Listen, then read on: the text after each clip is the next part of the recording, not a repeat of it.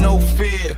All about the grind they've been sleeping on for years. From the blacktop dreams to the packed out stands. We talking every cross, every cut, every plan. Fucking the tip off Kingz, yeah, we taking that crown. WNBA talk, we run this town. From the locker room smoke to the bright game screens. You tuned in, locked in with the tip off Kingz. Ay, we got that. We got stories from the road, late flights, sore knees. Still in scoring mode. From the rookies on the rise to the vets with the rings. If it's women's hoops talk, then we run that thing. Tip off Kingz, yeah, we taking that crown. WNBA talk, we run this town. From the locker room smoke to the bright game screens. You tuned in, locked in with the tip off Kingz. Let's go.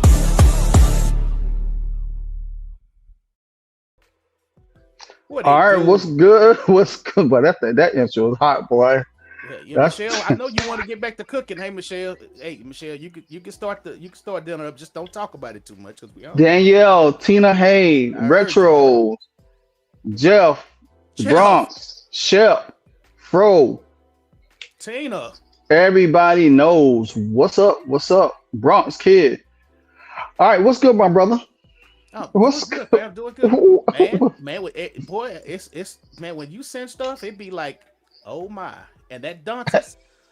Ooh, boy, let me like Monica, what's going on? Only Monica. Can I scratch that studio? Retro. Hey, man, let me tell you. The thing. What's up, Paul? My son, Michelle. Let me tell you, the stuff that we have been talking about for weeks and weeks since the beginning of the season is starting to rear its head. Yeah. Exactly. And I think people just don't pay attention. They look over information instead of just like pay attention to what's in front of you. The thing about it is, we have talked about this Damaris Johnson situation, and this is what we're gonna start off with right now with Damaris Johnson. She should have never been signed this offseason. You wasted over $600,000 on her. Then you have a cap hit with her over $277,000. You could have kept Justine Facade on the roster. You could have easily slide her up, even if you had got somebody that girl Michelle Holloway down in the Upshot League. But this is where the incompetency with the front office with Amber Carson Kelly comes in at, because how you expect for your coach to be successful if you don't give her the right proper tools to be successful? Now, I know everybody is going to ask about who can we move up in the roster. So, Chef, I'm going to let you go ahead and take over that. Yeah, so as far as Dantes, the only thing the Fever can do is it's called the SCI. It's on page 96 of their contract. Matter of fact, I'll pull the contract up. Hold on. Yeah. So Chad, we about to pull up some information. So I definitely want everybody to really, really pay attention to this, because I know some people are going to be asking questions and stuff like that. So, so we want to get some. JS, what's up? Let me get closer to the mic, Shep. That's probably what it is. It's probably on me. I just put it in there. Okay, you did. All right. So, yeah, so this is all right. So chat, everybody in the chat, this is the CBA that Chef gotcha. Only scratch only studio. So basically, with Dantes, they have to apply for this season-ending exception, and they have to do that. And then 7 days from there, the league will determine if they'll grant it. That's the only way that they can do and get a hardship player to replace Dantes. In the meantime, they have to bring that player up from the developmental squad, the one they got from the Upshot League, because they have to carry 12 players. Mm-hmm. So for the Aces game, she's going to be on the roster. Yeah. And hopefully they get this. And it says the SE exception will arise on this date, is granted by the WNBA. If not, you shall expire on earlier than 7 days following on the date in which it was granted. So they should have already been preparing for this. Yeah. and this goes back to what I was saying, because when they asked Stephanie White today in the interview, do you expect her to be out for the season? She said she don't know, but you already said y'all was already rehabbing her for her knee, so you already know there was a possibility that she was going to be having surgery. You 68 weeks is a formal rehab for the knee. You should have been prepared way before then, like 2 months ago, before All-Star break. You should have came before you went into the All-Star break. You should already have her replaced. Oh, so what's going on, PK? What's going on, Pelsafor with the super chat, Yo, man? Professor. You paid Dantes only for her to be out for the season. Normally we say, "F it, ain't live." Then it's the wire today. Yes. Hey, Wait, time out. oh, He hit me with my own cliche. He said, if yes. it ain't live, Live it's is the the wire. wire. If it ain't live, Yes. then it's bullshit. I Hey, gotta hey, El pause. Professor.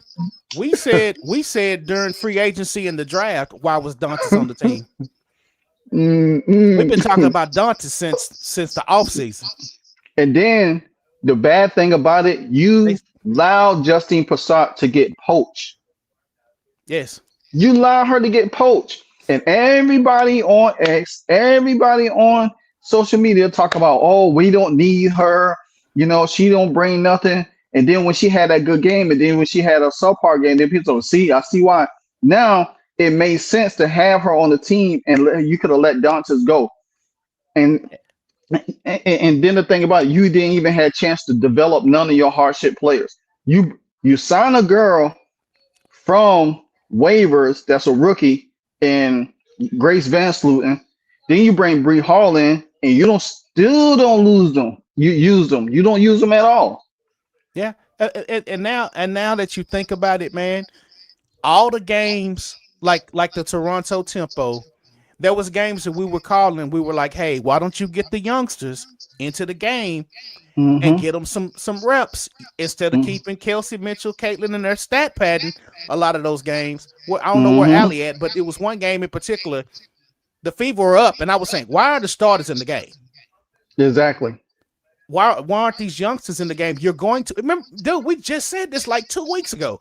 You're going Exactly. to need those players because you were saying you were talking about the minutes and how they were wearing down Caitlin, Exactly. Kelsey, and Aaliyah. You was just talking about Aaliyah the other day.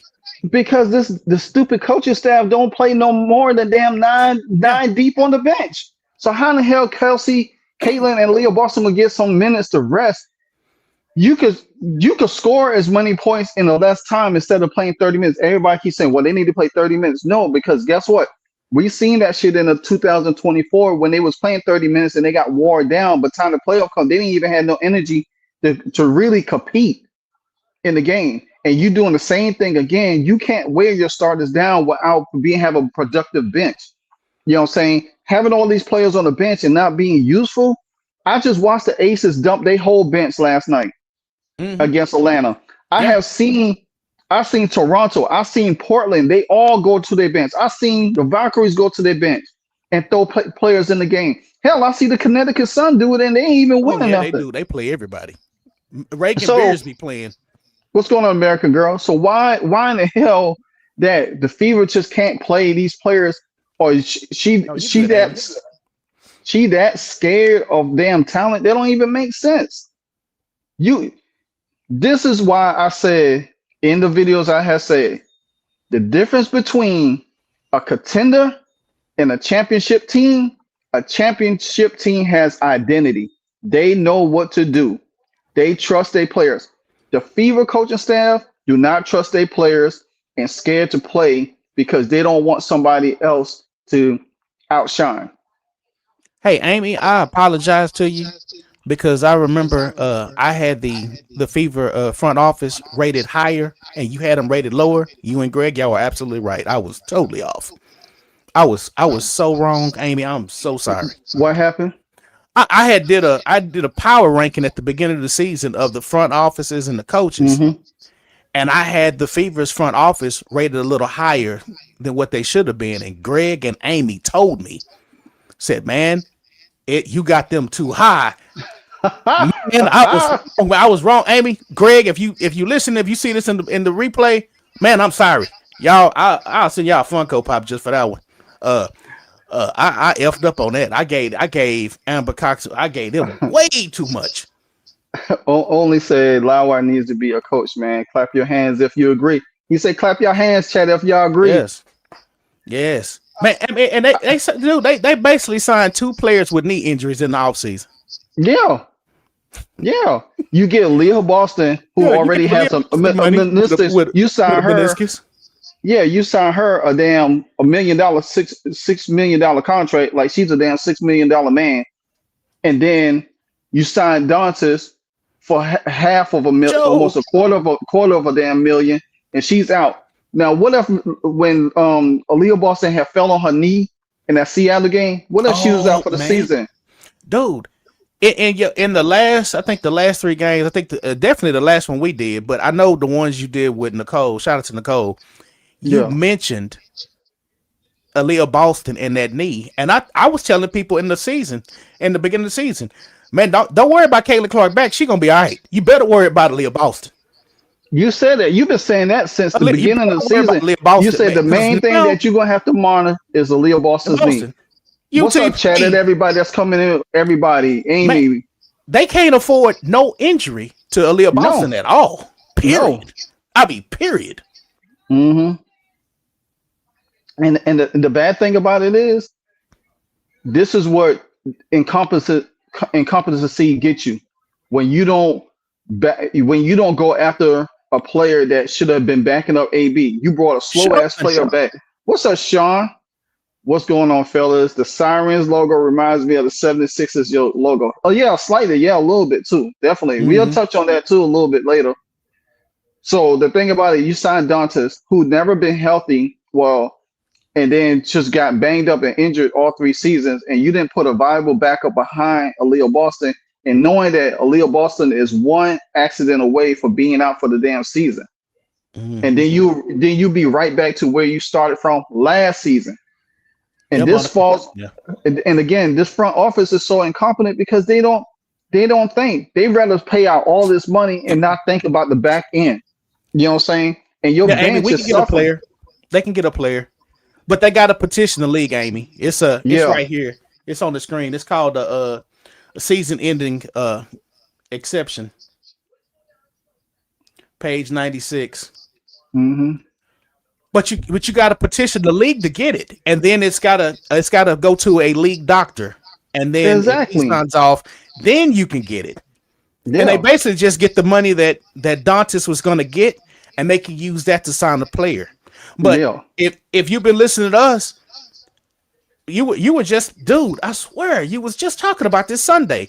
You said Tierra McGowan, and there was another player. You've been talking about bigs for Aaliyah Boston since May. They haven't brought any of them in. So it's like, Janice, what's going on? You've had chances to bring these players in, and you waited. They knew Dantas was hurt, man. Mm-hmm. If they wanted Dantas on the team so bad, this was basically like they took care of a friend, man, with that contract. Yeah.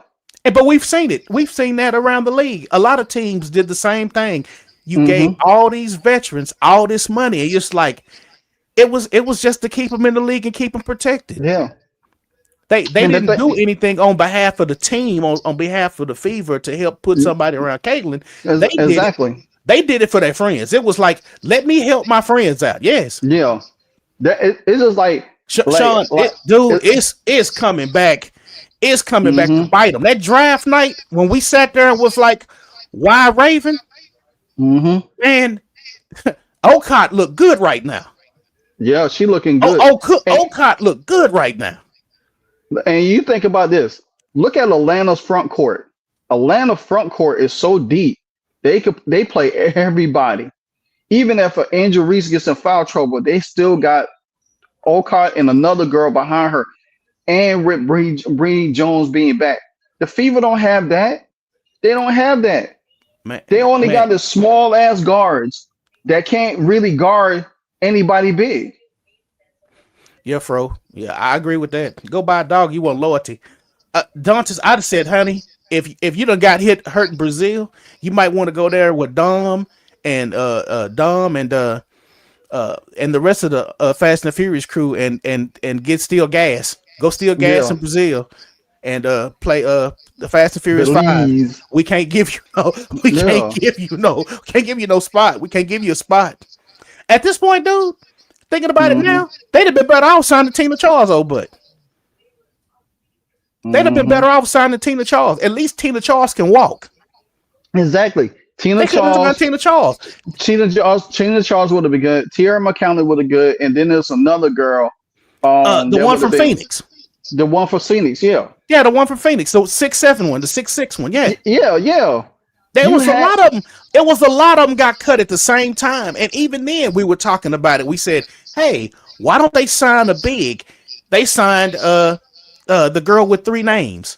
The little guard that they cut in May when they signed Vance Luton. I can't think of her name. I can see her face. Walker Kimbrough. Yeah, she over there in Atlanta. Yeah, Walker Kimbrough. You wasted signing her. Yeah. They see now it makes sense. It makes sense why Passat was pissed when she got put on the developmental squad the first, because remember we talked about it. We was like, man, she mad. Yeah, she was mad. And she expressed it. Yeah, she was mad. She expressed it. Yeah, she was mad then because she knew. She just couldn't say nothing. Man, I'm on the developmental spot and she's got a full-time spot and we make the same money. Exactly. We'll make the same money. I'll be on my rookie deal. She's on a veteran minimum deal. And they let Dantes sit there and just make money and knew she had a dude. They could have just said, Dantes, go get your surgery, go get cleaned up, and we'll catch you in the summer. I wouldn't even catch you in the summer. I would never stiff Dantes' ass in free agency. Yes, they could have let Dantes go. Go get healthy. Go get your surgery. 6 to 8 weeks. You've been ready right now. Now dude, she was hurt. She was gone in May, but she's so. Thank you, Jules. Thank you, Jules. She was hurt in May. Yeah. I remember she missed 2 games, and I remember those 2 games. We said, dang, maybe they're going to bring up Passat. And we kept waiting. Yeah, and we they kept brought waiting. up Bree Hall. They put Bree Hall on the roster. They bring Bree Hall up. And we like, another damn guard? How many guards do we need? No, man, it might be a visa problem. But they better hope it was because they can't get this exception. If they lying, they're not that doctor's not going to clear them to get that hardship, that SCI. And then what they're going to have to do is bring up Michelle Holloway off the development roster to put her in Dantes' spot. Yes. You know what I'm saying? Yeah. Season ending injury. That's what it's called. Yeah. So but this is why we kept harping on roster construction. You look at look at the sorry teams, not even the good teams. Look at the sorry teams, how they develop their roster. Look at the Mystics, how deep they are. A young team. Look at the Seattle Storm. Yeah, I remember that. I remember that, Amy. So I remember that. it just goes to show you the misconstruction of the rosters when you don't have an incompetent front office to know how to build a front. We talked about this Sunday after the game, the roster construction, dude. And she had surgery on Monday, and they just talked about it. Yep. I mean, they just talked about it today. She had surgery Monday. So if she had surgery, they've known for weeks she was going to have surgery. But this is the thing about the Fever when it comes down to people medical. How many times they hit all of this? The Caitlin Clark situation, the Leo Boston situation this year, Dantes situation. When Justine Passat got injured in training camp a little bit, her situation, they don't have no clue. They don't know nothing. They was like, oh, well, that's a medical question. But you don't have no kind of answers to say, well, hey, they going through this, they going through that. It's the same shit every year. Hey, Jules, Here's the what you just said. Indiana could immediately bring a hardship contract in the new CBA. If during the WNBA regular season, a team with one player who is unable to play due to injury, illness, or other condition for a minimum of 3 additional weeks from the date of the requested exception, And have they and done the exception because she wasn't out? exactly. That's the part. Yeah, you are absolutely right. They can bring a hardship, but you got to read the whole paragraph. And this is that hardship, that SEI right here is the whole thing that the fever have to wait 7 days to clear if the doctor clears it. See, for the purposes of Section 4, disabling injury or illness means any injury, illness, or condition that has rendered the disabled player unable to play for a minimum of 2 consecutive regular season games and will therefore render the disabled player unable to play for a period of 3 additional weeks, regardless of whether once the disabled player has missed 2 regular consecutive games. There are fewer than 3 weeks remaining in the WNBA season. Count the number of weeks that are remaining in the season. And there's your answer, Jewel, right there. And you brought up think about it. Here's the contract right there. We all looking at it right here. A hardship exemption will arise on this date if it is granted by the league office and will expire 7 days after it arises. And that determination on whether the player is disabled is by a hardship physician. They are screwed. They are screwed. Yeah. There's more than 3 weeks left in the season. We just in August. You down to almost 10 games left in the season. You almost down to 10 games after Thursday. That young lady is going to have to play for a number of games before they can get this exception. Exactly. That's why it's the hardship, and then you have the season-ending injury clause. And the thing about it is, they don't even have to. The league don't have to approve the hardship. They don't have to grant nothing. They don't have to do no grant for them. They can say, "Hey, how long?" Because once that doctor gets in there, and they say, "Hey, how long do they know about Dantas' injury?" And they gonna say months, and they gonna say nope. They gonna say, "And you traded your backup power forward center, Passat, and you knew you had a player that was injured, and you waited and you drug foot? No, we're not helping you. Ride with what you got." Jules, let me ask you a question. The fact of the matter is, if they knew Dantas and they kept her out, and Aaliyah Boston had fell on her knee in Seattle, and what if she was out for the season? What would you think would have happened? They never drafted a big to back her up. You should have never have brought Dantas back anyway. Yes, you saying right there. You saying that the Fever will be fine, but guess what? Have you looked at the rest of their schedule? Every team they play is playoff team.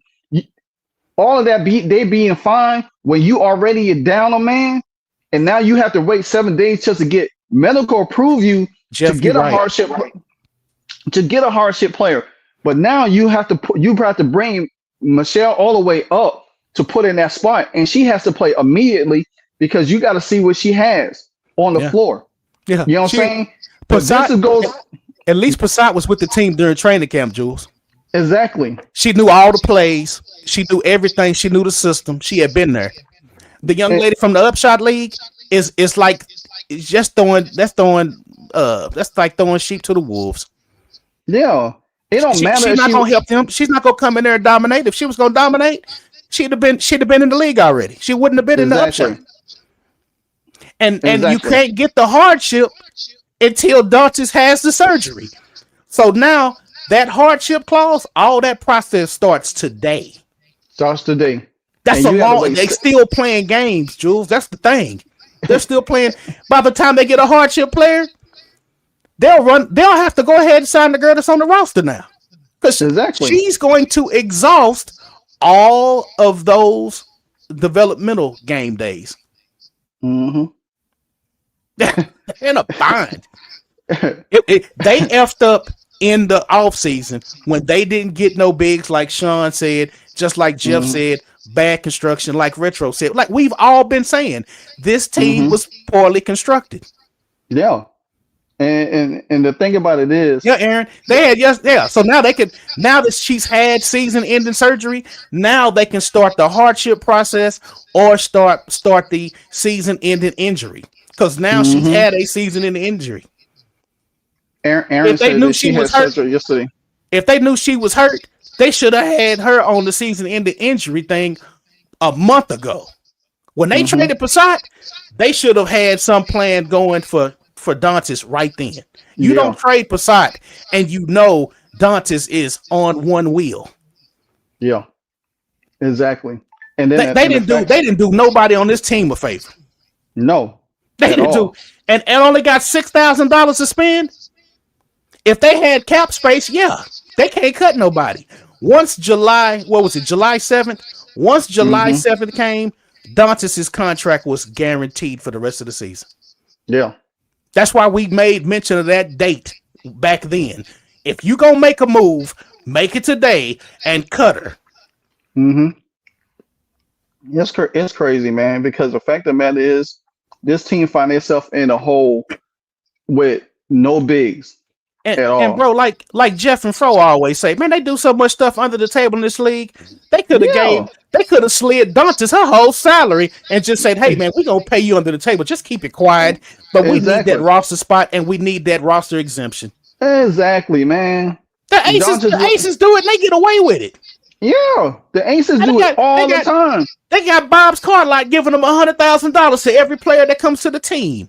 They got so many players stacked up on that team right now. Man, I don't even know who is there. You know how many businesses in Indiana would have said, "Hey, man, we'll slide Dantas the money. Just hey, we'll bring her in. She can do a commercial. We'll pay her, and that's it. She come and do a couple autograph signings. We give her $50,000. Exactly. And to me, it's like I think. If you don't understand the CBA, I think it's best for you to pull the CBA out and read it and understand it fully, so you will know how all of this stuff works. Yeah, Aaron, they knew. I think they knew back in the offseason. I think they knew she had a bad knee because they don't play her. And when Stephanie White told you she knew Dantas was hurt, when they traded Passat and she said, Dantas is the player that doesn't have to get ready because she stays ready, and she's a situational player. But she never elaborated, and nobody ever pressed Stephanie White on what's this special situation. What matchup? There's only 15 teams in the league. Which matchup are you saving Dantas for? She was hurt then, man. She was hurt. Yeah. They knew she was hurt, dude. They didn't want to say it. Stephanie White. She was hurt. It's one thing they hide injuries in the WNBA. Yeah, last year was a clear proof of them hiding injuries last year. Yeah, it was over a dozen players this year that were hurt coming into the season. They got all paid. Dana Evans got hurt. Yeah, you see, Ari McDonald, she was hurt from last season, got hurt and then arrived. You ain't seen nothing from Ari McDonald. Yep. You ain't seen Ari McDonald. You ain't heard nothing about Ari McDonald this year. Nothing at all. Nothing. Ari McDonald not even on a developmental squad, and she's eligible. Exactly. And look at the Phoenix Mercury. They roster so down. They waving, signing, trading, and doing everything else. Yes. I mean, the only reason why I traded Kelsey Plum is because now her fellas are who are the candidates? She already on the roster, Sean. Yeah, she on the roster. That's the candidate right there. Yeah. Sean, they can't sign nobody, man, until if they do the hardship. If they apply for the hardship, or it's another clause called the season-ending injury, and then they can get a player. But it's a process. They got to apply for it. Yeah, and it takes about 7 days. Yeah, it takes like 7 days. They finna play small ball, man. They finna play small ball. Yeah, that's their options. Small ball. They're gonna play so small until they gonna get out rebounded by every damn team they play this week. Matter of fact, the things that we be telling folks that happen in those wins. Remember how we was talking about in those wins? In those wins, you can't tell up the negative. Like, you're giving up all these rebounds and all these paint points. Yep. That's going to be a regular theme. Yep. That's going to be a regular theme. You was able to see it in the beginning of the first half of the season when Yeah, there was when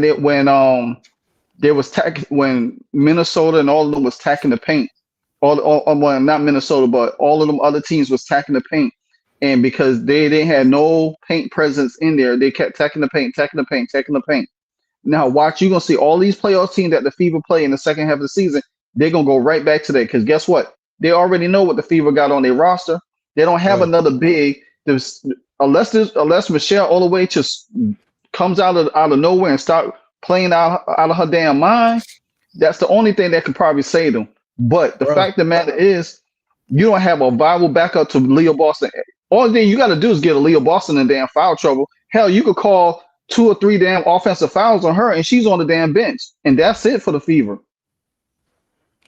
And Sean, then they would have I'm to, still looking at the candidates. and then they have to rely on damn Kelsey Mitchell and Cece to play damn hero ball all over again. Ooh, Sean, they would hate Stacey Daly as a commissioner in this league. I want Stacey Daly. I saw They would hate. actually I They would just hate saw that. Stacey Daly today on NFL Network. She was talking to some teams and stuff. Man, she got a good gig though, Sean. Man, she got Yeah, a good gig. she ain't leaving the NFL Network, man. Man, She, I mean, she right I there think in NFL Network, man, and Mhm. she's been there for a minute. I mean, she's more known for football now than people don't even know she played basketball. That's yeah, how good she is at doing that. yeah, And now she could go back and forth. She could go ESPN and yeah, NFL Network. Oh yeah. To get with yeah. this. Oh no, man. I take the ESPN money way easier, and you get to travel. Oh my Mm-mm. God, I would no.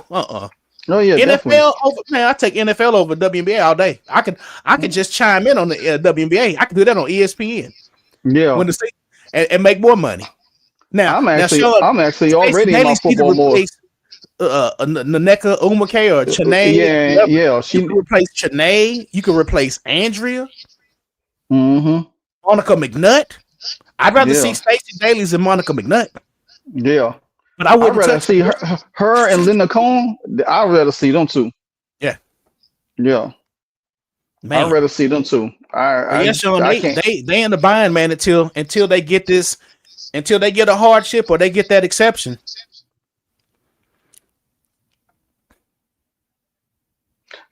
Great question on David. I think if CC resigns with Indiana, I think it would be done with assurance of a coaching change and to coach a coach whose system will allow her offense to run through her. I agree. I think Yeah, yeah, that's the only way that's really going to happen. There has to be a coaching change. yeah. We've said that, man. We've said that since the offseason. We said that coming into this season. Like this was the season you either hand them keys over, and if you don't Mm-hmm. hand them keys over, I'm going to hold y'all hostage, and y'all are not finna get me. Y'all can trade me. Y'all can put that franchise tag on me, and y'all gonna trade me with it. Oh, speaking of trades. Yes, Linda Cohen been killing, Sean. She been Oh killing. yeah, she been calling. I Oh got a my, Linda. she be I cooking got on her show. a. Yeah, Hey, Sean, I got a Linda Cohn video about to come out tonight after this live because she cooked the shit out of Cheryl Reeves, and I'm yeah, about to go in. yeah. And Yes, Stephen she A. did. Smith cooked Cheryl Reeves Yes, ass today too. Woo, boy, yeah. I I'm wish like, ESPN would clean house, Monica. but you know what? Speaking of the trade, what you just said, Peggy. what Yeah, Peggy said? of course. Oh, she said Brian January didn't look too happy about CC winning the Player of the Week. Nah, she didn't. She Oh didn't. my, that's She that's didn't. yeah. That's She had that little soft ass clap. I told you, man. Brian January got them records, man, and they falling. They She's falling. sitting on that sideline. They I falling. keep on falling. Man, that's that dude. Not to change subjects, man, but you know how we was talking about the Caitlin Clark fatigue, man. Yeah. Okay. Yeah. Go ahead into that, and Dude, I'll man, touch on what I need to touch on at the end. dude, this league's so young, man. Mm-hmm. All the older players, they're kind of like when they talk about George Mikan. Yeah. That's how these old players are compared Yeah. to what Caitlin Clark and these young girls are doing. They don't want to see. They think they really do think they're going to get erased from history. Yeah. All of them. And I every mean, time, Becky and every time they Hammond, see, oh yeah, yeah, all of them. and Dude, they feel it. I mean, it's the weirdest thing in the world, and it's really the old players. I mean, that's why They never built the league. They just played. It was just like a job they hated. And they always keep saying the same thing over and over. Oh, the league, they built the league, but you didn't really build the league, because if you had built the league from where Rebecca Lobo, Cynthia Cooper, and all of them had, the league would have been way far. It would have been an easy transition for these young generations to come in. But these young generations coming in and they propping up the league, and you got the number one person that put a spike into everything since 2024, and y'all can't stand it. So they know their time, because they can't play forever. You know what I'm saying? They can't play for them ever, and they know that. And it's family. It's almost like they didn't build a basketball league; they built a activist company. Mm-hmm. So all that stuff it's like when you come here, because most of the time, man, when a player leaves college, the fan base stays at the college, and the player goes to the W, and they just get forgotten. She's the one that brought extra fans. She brought them Iowa fans. Yeah. And she brought a group of other people. And so she brought knowledgeable fans. They are not used to this, man. Yeah. That's why they crash out. That's why they always bring up a social issue. And then you got fans that pay attention to the game and see the game and call out the bullshit. They not used to being called out for the stuff that they have been doing. I heard about that page piece, man. That was funny too. I heard about that, Sean. Mm-hmm. I was like, I'm not even, and it's I didn't even know who the magazine was. I just saw it on X, and it said something Page voted or something the best guard. I'm sitting there like, boy, y'all are hilarious. Page voted the best guard, and Caitlin Clark done won Eastern Conference Player of the Week again. 3 times. Yes, and it's like, okay, times. Y'all try y'all best. It's almost like they know it's coming. Like, hey, they're gonna put out a piece about Caitlin. Hey, let's go ahead and drop that piece about Paige real quick. Yeah, and then the thing about it is, Caitlin Clark is about to win Player of the Month for the second time. Yes, you know what I'm saying. And she's the only player has won it 3 times. She's the only player. Her and Aja Wilson the only player that won it 2 times back to back. She done won it 3 times. Kelsey won it 1. And I saw somebody, and I just seen Chicago Sky just named Sydney Taylor as their player of the month over there for their team, which is rightfully so. Balling. You know what I'm saying? She's balling. Man, Man, man, let me tell you, I would love to see Sydney Taylor and Caitlin match together. That would be pro cinema. Hey, like what college just said, if they get a new coach. You'll because you know what, the new coach gonna come a new front office. Yeah. So they need a whole overhaul. So you gotta tear the team down, and now you got to deal with that salary cap headache you got in Aaliyah Boston. Yeah, exactly.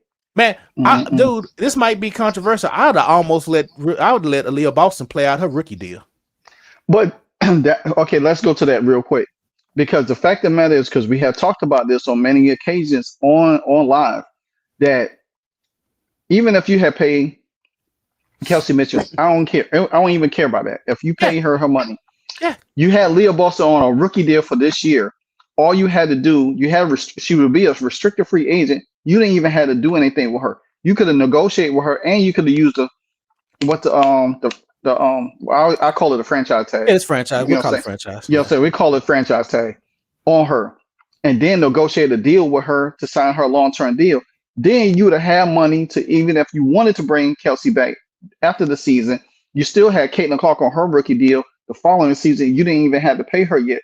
You could have built the roster up on the back end to set you up for the damn future. But Amber Dumbass Cox went out and spent money like she got damn EF putting so damn body. She threw the whole damn checkbook away. Hell. Oh, man. And then they had $600,000. They'd have had $600,000 right now if they had just said, okay, hey, Aaliyah, you're gonna play out your rookie deal. We need the cap relief. She'd have been making slightly more than what Caitlin Clark makes. She'd have made like $650,000. Exactly. And then they had about $500,000 to spend right now on a nice player. And they told the salary would probably been over $300 million. Yeah. To utilize. But they effed up, man. When they paid her way too early. Yeah, I mean, you gave. Then she's injured. That's the bad thing. She was that was the injured. thing. I mean, you could have just played the wait and see approach. That's why I say it. They ran this thing like it was they run it like it's a charity, man. They ran it Yeah, like it was a charity for 30 years. And now it's real sports fans. We all watch football and basketball. We watch exactly. other sports, and then we watch this league, and you like, okay, y'all real secretive with injuries. Y'all real Hmm. secretive when the people do interviews. But every time you want to talk basketball, y'all want to talk about this social issue. Hmm. This person ain't a coach. They don't have enough sisters as coaches. They don't have Yeah. the coach wearing a trans shirt. That would And, never happen in another league. let me tell you something. No, The shit that Cheryl Reed's pulling right now, her ass would have got fined a long time ago. dude, By they any other wouldn't have. league, she would have got fined. Cheryl Reeves would have never talked. Michael Jordan would not have had a sit down conversation with Chuck Daly Exactly. over politics before a Over game. fucking politics. Oh, and And th- before a game. yeah. Before a game, we talking politics. Let me tell you something. No, Let me tell you never. something. Let me tell you something. Cheryl Reeves came to me and talking about I need to have a conversation. Man, I would have slapped the hell out of her and told Yeah, her get on about her yeah. business. You better coach this damn game and try to hope to win. I ain't about to sit down and talk to you about my beliefs versus your Yes, beliefs. Joe. And That the other you're part too. crazy. I saw a league and it said that we all got all black coaches, and I said ain't nobody watching. Hmm. I saw that on Twitter. It's called the WBL, and then they was like, hey, we got all black. I said ain't nobody watching that, And then and I'm the black, bad thing, and and I the ain't bad watching. thing, and the bad thing about it is that Black star. the WNBA is so fixated on agendas more so basketball. Yeah, dude, because that man, I saw somebody say they still underpaid.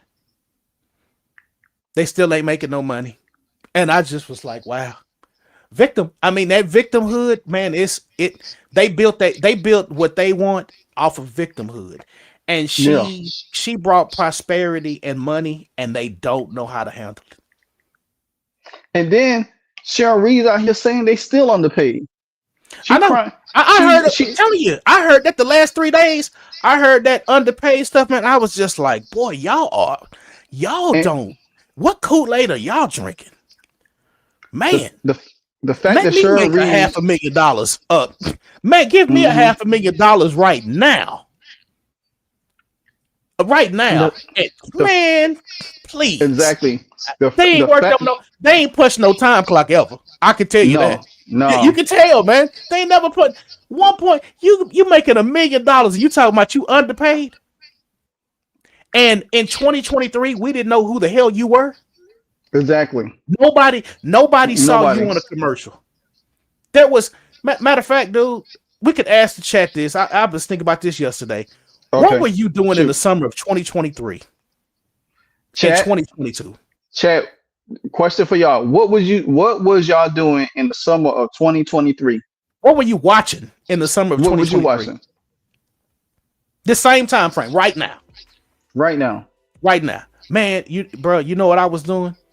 I always get ready in July, get ready for training camp.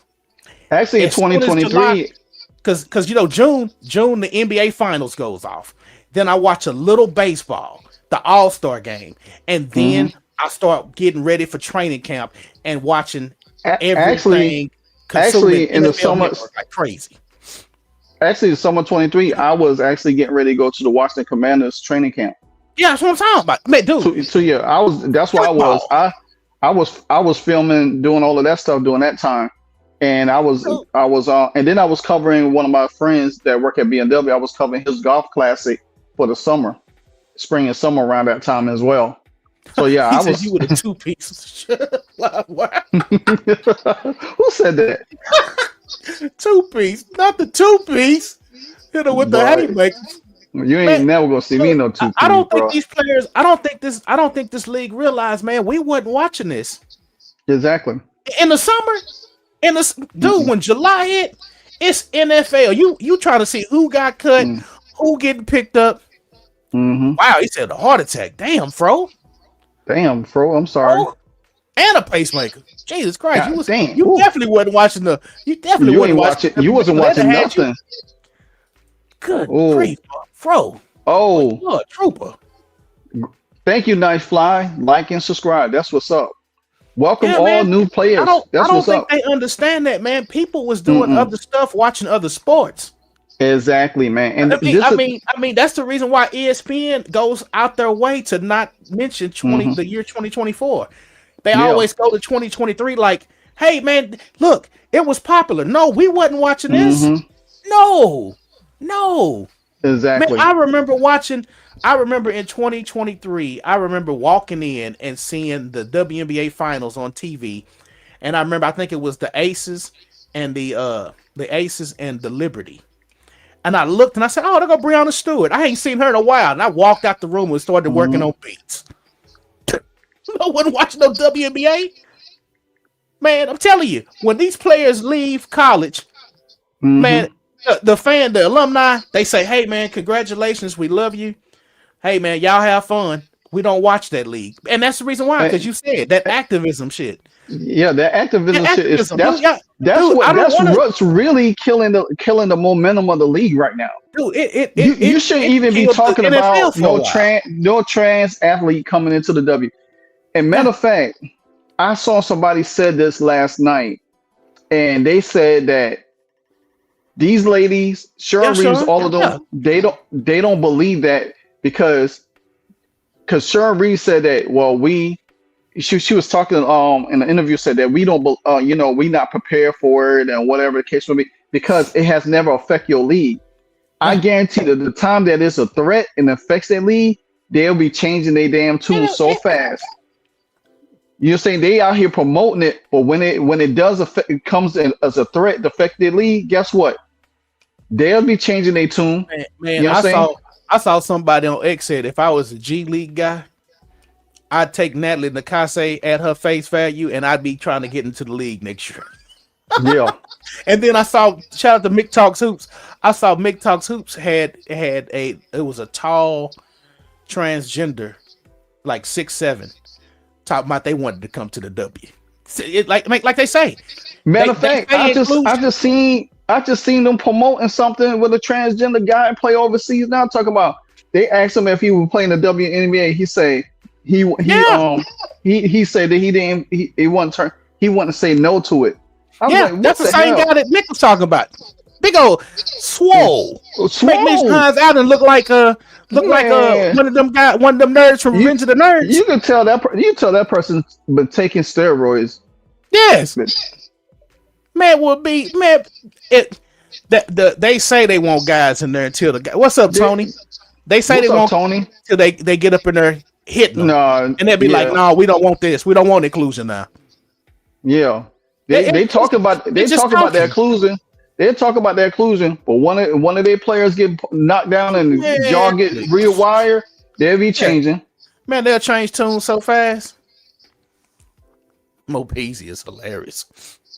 He said, "Give Two piece of Charisse the a 2 piece of the biscuit." I know, right? Oh yeah, Robin. Yeah, Clay Travis challenged them to a game. They're not gonna do it. They're not gonna do it, cause guess what? All it's gonna do is make them look bad and call them out on their BS. That's why they won't do it. They Oh yeah, talking all of this Cat crazy. Five. That's Clay Travis. Yeah, that's Yeah, Clay Travis. Yeah, and he been having that offer for the longest. He just upped the money up. yeah. They won't take the offer. They won't do that. They won't do Hmm. that. They won't do that. They won't do that.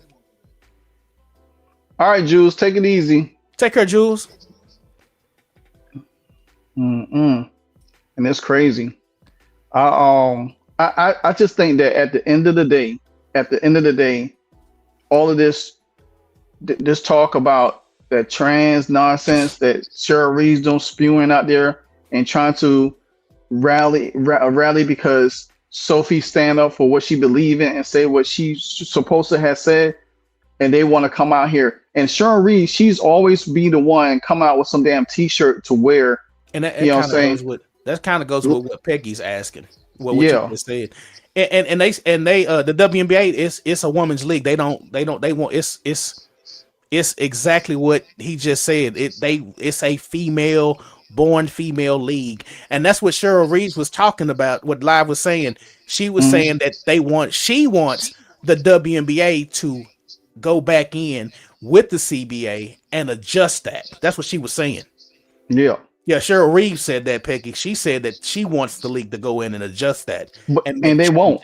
And the owners is not going to allow that to happen. Yeah, and they won't allow that to happen. So they can't. A guy can't go play in the league. They want that to happen. And the thing about it is, Adam Silver would face so much scrutiny and heat.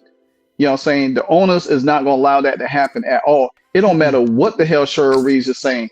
I have to get trans cheerleaders to distract them. Man, American Girl. Man, you don't want to. I don't want them kids to see them leg kicks. If they kicking like the Cowboy cheerleaders, you do not want to see that. Yeah.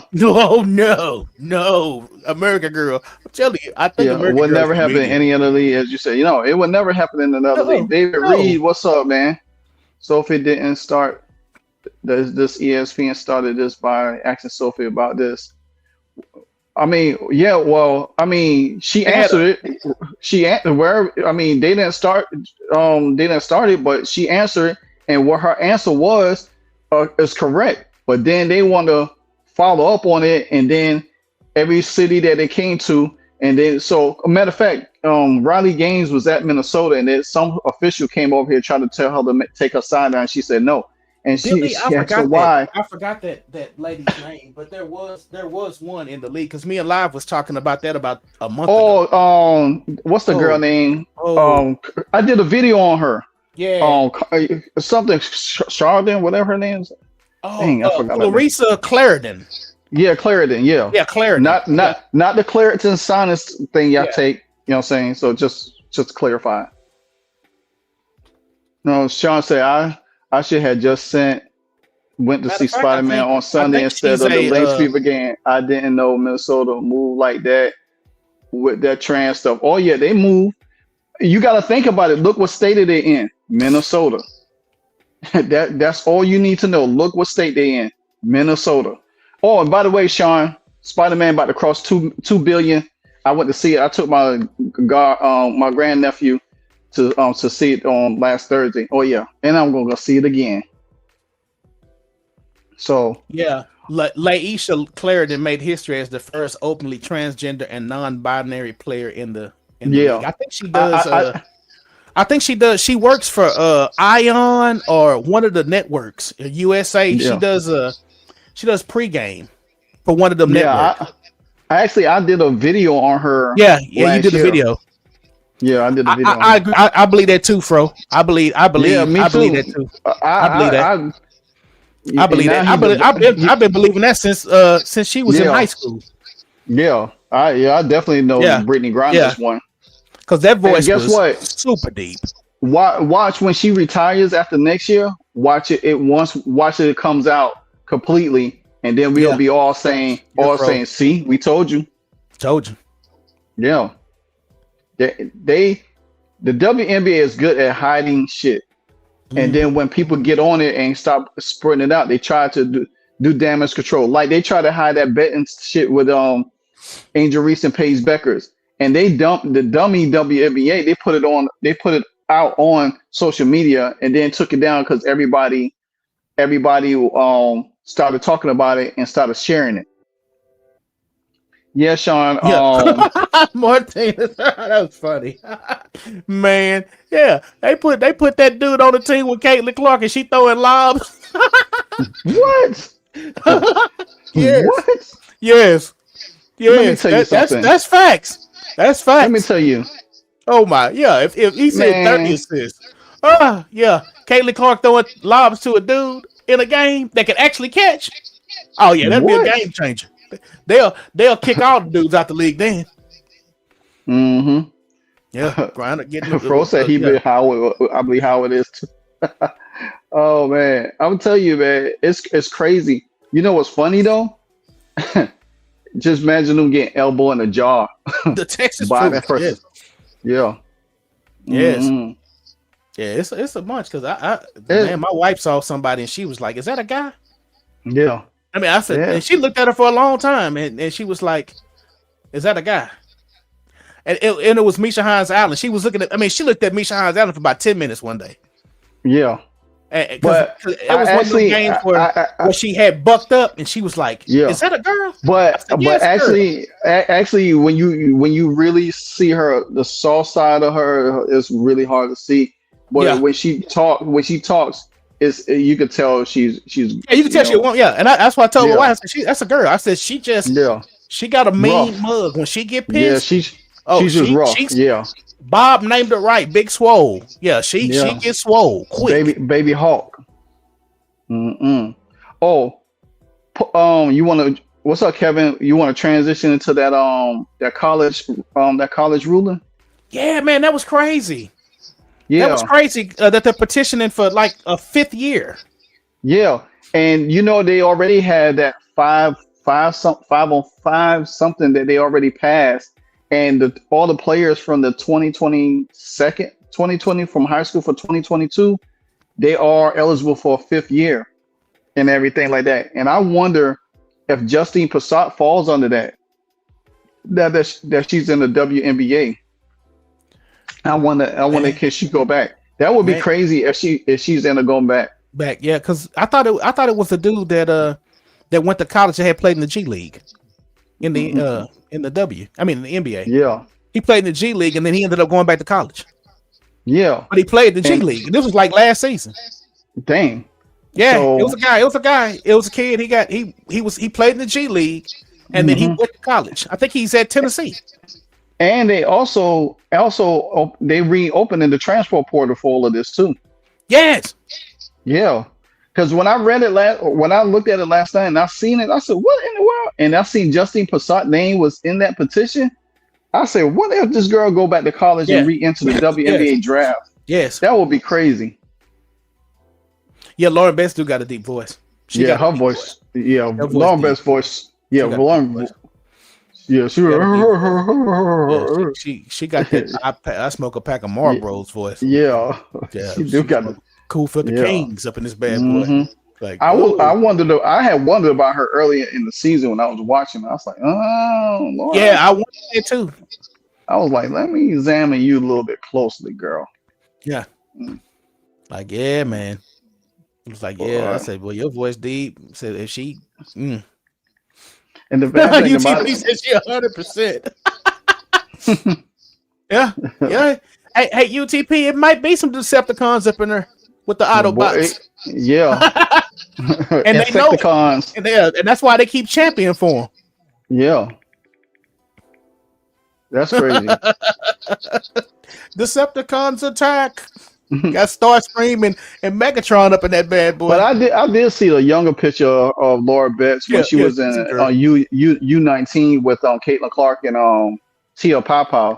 So she did look girly back then. She just probably got a David. I've seen Alyssa Thomas and she looked like a female. Yeah.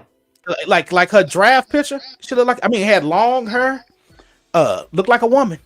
Yeah, man, I just think when you get in that lifestyle, man, it changes. It changes you. Yeah, it changes you, and they act like men. They take stuff and they want to be me. Take all that homo pills and all that crazy stuff. Yeah. So it's crazy, deep. Man. It's deep. Yeah, it's deep, man. Well, I just like I can't believe that college stuff, man. Because I was just thinking that I just think that. If this is true, some of these players that's in the league right now could end up going back to college. Can you imagine what? Can you imagine what happens to half of the? Like a dude. I was like, "Oh, pills! I'm dying."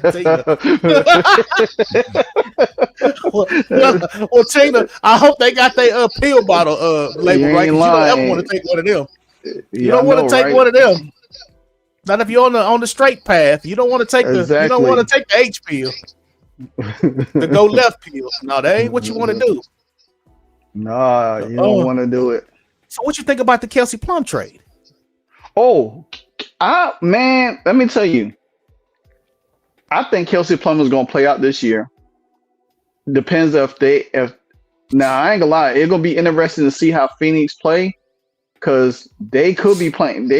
Now to me, the way Phoenix played last night, now with um they struggle with Chicago.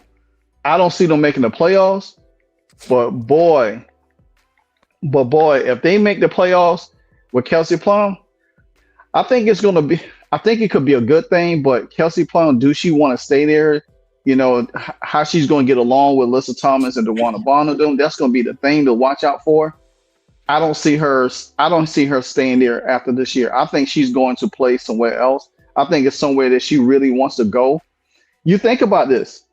Kelsey Plum could be getting picked up by the expansion team in 2 years. I like Joe. Joe, I agree with that too. I wish Caitlin Clark had played her 5th year too. Yeah. And came into the league last year. Yeah. Because there's no expansion draft next year. It's in 2028. So you got to think about that. So, Sean Hannah's over there. I hope Hannah doesn't stay a 5th year in South Bend. Oh yeah, I hope she doesn't either. Oh, she come out. Yeah. Because this will probably be the highest she get picked this next coming season. She ain't gonna go no lower than 4. Yeah. I mean, she ain't going no lower than 4. She's definitely going even though she's small. I mean, her defense alone. I mean, she actually play defense. I mean, she do what they don't do in this league. Now, let me tell you, if anybody I will want to have on FIBA for defense, and that's when you want a one-on-one stopper defense person, that's the person you want right there. Yes. Hannah Hidalgo is the best. To me, she will be the best defense to one-on-one player in the league when she come out, because the fact of the matter is this girl play defense. She will pick your pocket, and guess what? And she could score. That's the thing about it. She plays both ends of the floor. There ain't too many players coming out of college like that. Yeah, Baltimore. Yeah, and Hannah got Notre Dame behind her too. She come from a school where they respect. Yeah. And she gonna be embraced, even though she has her own different, like Sophie Cunningham. You know what I'm saying? Yeah. So therefore they won't press her like they pressing Sophie. No, they won't press her like that. But trust me, I would pay to go to that game, the first game they play Minnesota. Yeah. Which she get to play. Dude, if there was ever a time to go do a remote, it would be the Minnesota Lynx versus whatever team drafts Hannah Hidalgo. Oh, exactly. I'm telling you, boy. Boy. I think Toronto or one of them teams gonna get her, boy. For real. It's gonna be nasty. I'm telling you, if she gets with Toronto with Sandy Bardello and that, because you're basically talking about a Natisha Heidemann, Courtney Williams height level player, and fast as lightning. Yeah, fast as lightning, man. Ooh, oh yeah. Man. She gonna, when she come in there, she gonna want that. Appreciate it, Charles. She gonna want that. Hey, chat, what do y'all think? Okay, just a hypothetical. Appreciate it. Since we talking about Kelsey Plum basically finishing out her contract with Phoenix.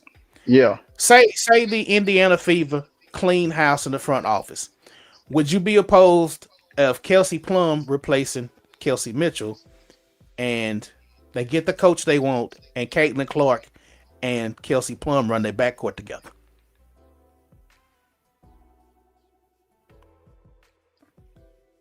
I would like it. I would like it because Kelsey Plum play defense. Kelsey Plum and Caitlin Clark. Same team. And Kelsey Plum, she took less money. That's the one thing different between Kelsey Plum and Mitchell. Mitchell took the max. She just took $1 less than $1 million. Yeah. And that's why it was easy to trade her. And the thing about it is, you're right. You're right. It was easy to trade her because she did take less money. Because by this time in the season, her money's about to equal as McConnell's. So I mean, she was basically the rest of the season she was worth about $300,000 or $100-some thousand, whatever it was. And you think about this. If you think, But if you think about, Arnold, she's a guard. She's a point guard too.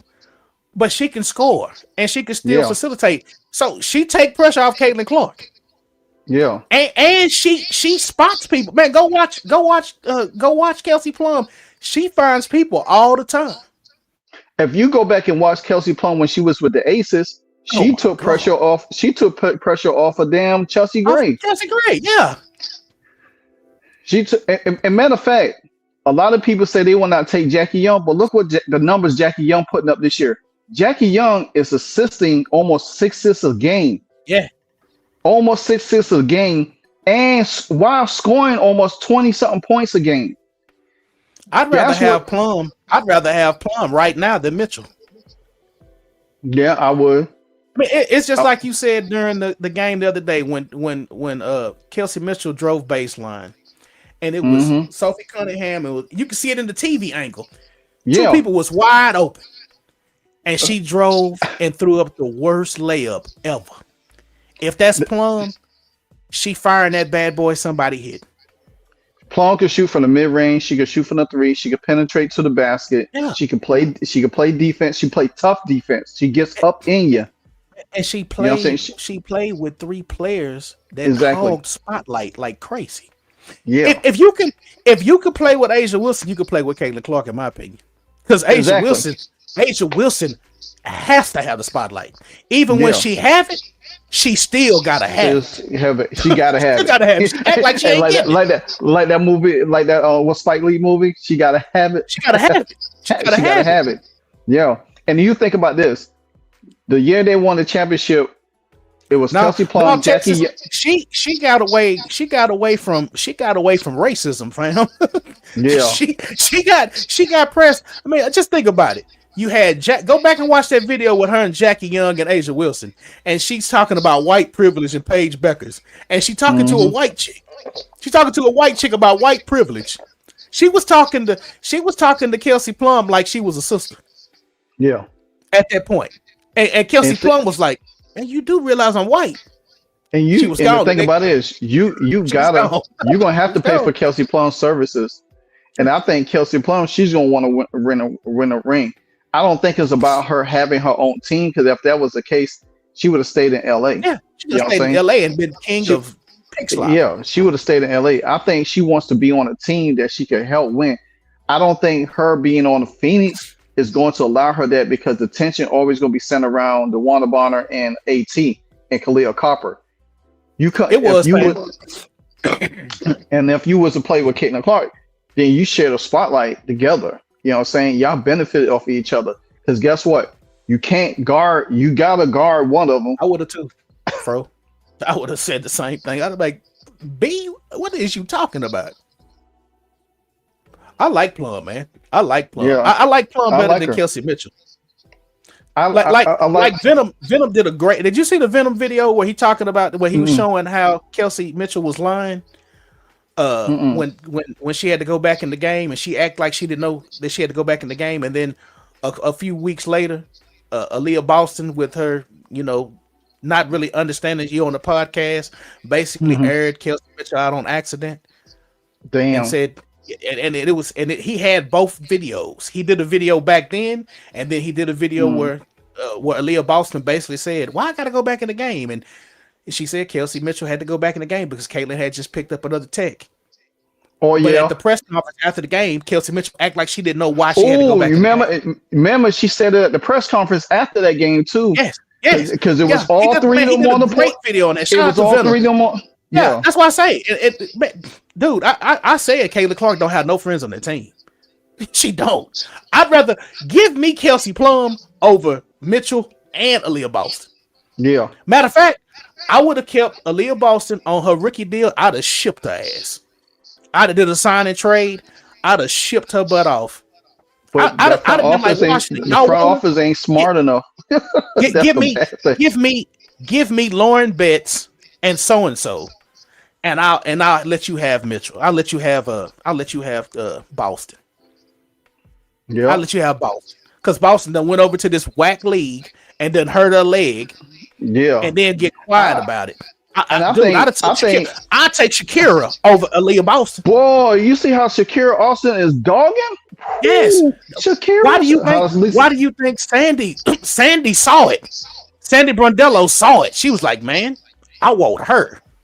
Man, just think what Toronto would be if they had just think if what Toronto would be if they had Shakira Austin and Brittany Sykes hadn't got hurt. Bro, they would have. But look here, they would have been in the playoffs. They would have been They would have been playing for the playoffs right now. It's just some teams, man. They actually figured it out and they actually got it. I actually like what Washington did by saying, you know what, I'm gonna throw the youngsters out there. I'm gonna let them figure it out. I don't care what happens. And that's what they've been doing. They've been throwing them all out. And guess what? They started clicking. Laura Best started getting more player time. Yes. Now your girl Roy Harmon hasn't got any more playing time. I think she'll be gone next year. I think she'll be gone. And look, check this out. Washington Mystics traded away last year Aaliyah Elwitz to Connecticut. Then guess what? Connecticut drafted Anisha Morrow last year, traded her off to damn Toronto. Can you imagine what Toronto would look like right now with Anisha Morrow and Shakira Austin, Brittany Sykes, Marina Mabry? Come on, man. Teams know how to find players to fit their system. The Fever still don't do that. They don't find players to fit their system. They find players that just want to is desperate to play. Joe, I think the Mystics got a. I think they doing it like baseball, man. Yeah, they got a farm system. Yeah, and she showed enough to where they can just hold her back, and I know it pisses her off, but she'll get her opportunity with another team. She'll be like Natisha Heidemann. Like Natisha Heidemann showed enough in Minnesota to where, and that's why I give Cheryl Reeves a lot of credit. They know talent. They got a farm system over there too. The amount of people that they lost, she got a, like you said, she got a system. They lost what? They lost Shepard, Heidemann. They lost Shepard, Heidemann, Smith. They lost another person. They lost another. They lost another person. Hurt. Yeah, and then Fee was hurt, and look where they at. Yes. And all they had to do is take Olivia Miles and plug her right there. And plug her right in. Plugged a rookie right in. That awful coaching video talking about how bad the Fever are. Yeah, Sean, if you go back and watch the video I did yesterday, I did a PowerPoint presentation on why the Indiana Fever is a contender and not a championship team. The way he screams cracks me up. I'm like, this dude, he must have the highest level of blood pressure medication on the planet because I know his temples be flaring. Because people look at the Fever defensive rating and think it is fake noise. Yeah, she buy the groceries and cook just like Bill Parcells. Yeah, she is the GM, the president. Yeah, she runs the show. And man, but fake noise. One thing about her, go look at her coaching staff. Yeah, her coaching staff, all her old players. So they know that system. That's why Lindsay Whalen. That's why they showed Lindsay Whalen working with Olivia Miles before the game, because Lindsay Whalen was that player on that team. She was that star player on that team. Yeah, all the coaches. The other coach, she just left and went to Portland.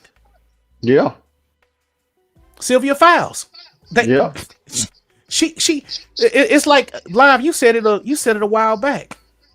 Stephanie White don't have no coaching tree. She don't have, man. She don't have, bruh. Coaching tree. Man, this lady do not have a damn coaching tree whatsoever. She's no coach. Hell, Becky Hammond went and coached under damn Greg Popovich with the San Antonio Spurs, came back and built her damn coaching tree. Tyler Marsh, Natalie Lacossiere. You know what I'm saying? Cheryl Reeves did the same thing. Built her coaching tree. They all getting opportunities to be coaching these franchises in the WNBA. Stephanie White, who's she gonna have to take? Who's she gonna have? Austin Kelly? Right, yeah. Yeah, Park, y'all talking about Hannah Stokely? Hannah Stokely's involved in that lawsuit too. If that lawsuit goes through, Hannah Stokely can go back to Iowa for her 5th year as Yeah, well. yeah, she can go back. Yeah, so y'all talking about because I just saw Hannah and I was like, yeah, Yeah, Hannah Stokely can go back. yeah. If Hannah that lawsuit goes Stokely through, and Justine Passat name is in that yes, it's a lawsuit. bunch of them can go back. There's a bunch of them. It's a bunch of them could go back. Yeah, and Hannah Stokely deserved to be to get a roster invite, a training camp invite. That was one of them slights towards Caitlin Clark. Yeah. My thing is this here. I think that Hannah should have went to the Upshot League. She would have got a better opportunity to get back to the league quicker. Yeah, Robin. Awful coaching is hilarious. Yeah. I mean, blood pressure be. I mean, like, dude, be going in. But he breaks those plays down. Yeah. I mean, so well. And the fact of the matter is,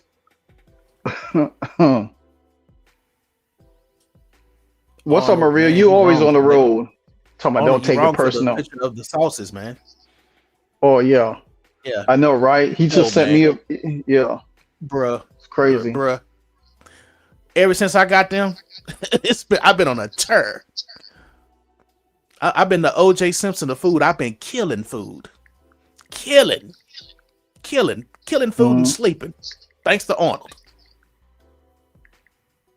Maria. Yeah, man. It's crazy. Them eye twitches, man. That come from that drug use. Stephanie White been on that geek. She been on that geek. Man, I wish, man, dude.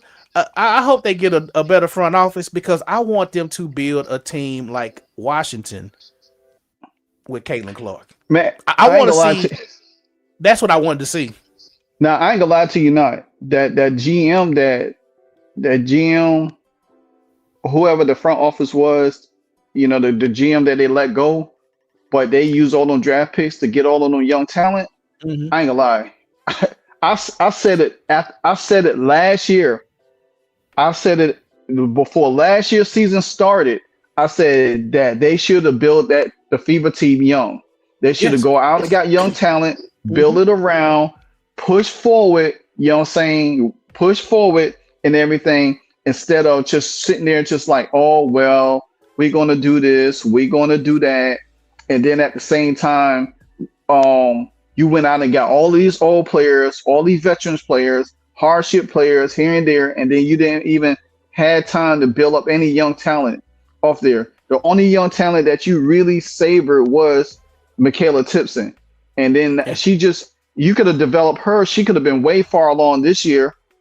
Now she's starting to catch a little bit here and there. It was never just like Lee Richards just said.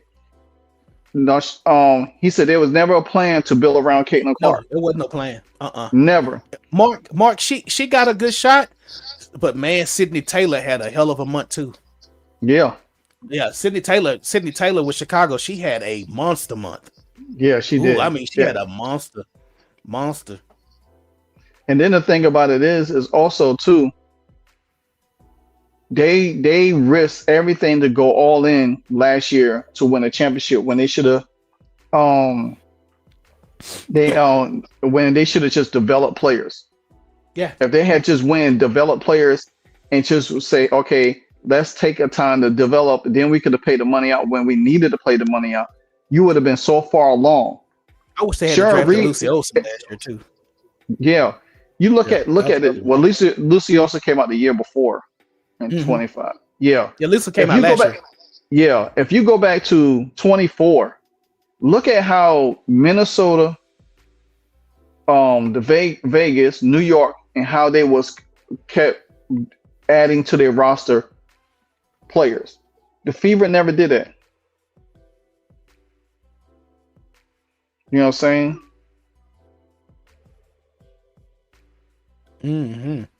Man. Ooh-wee. So yeah, I wish. I mean,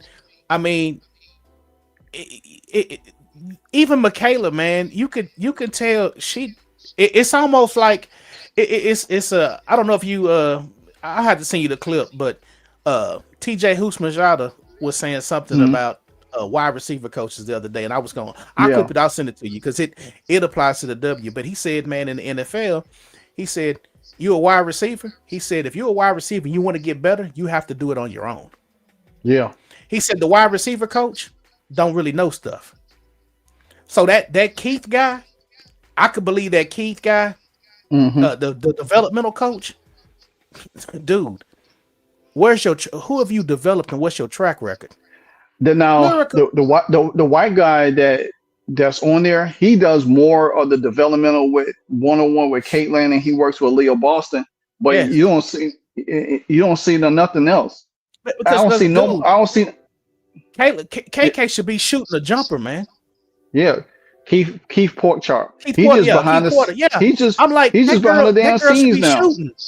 Yeah.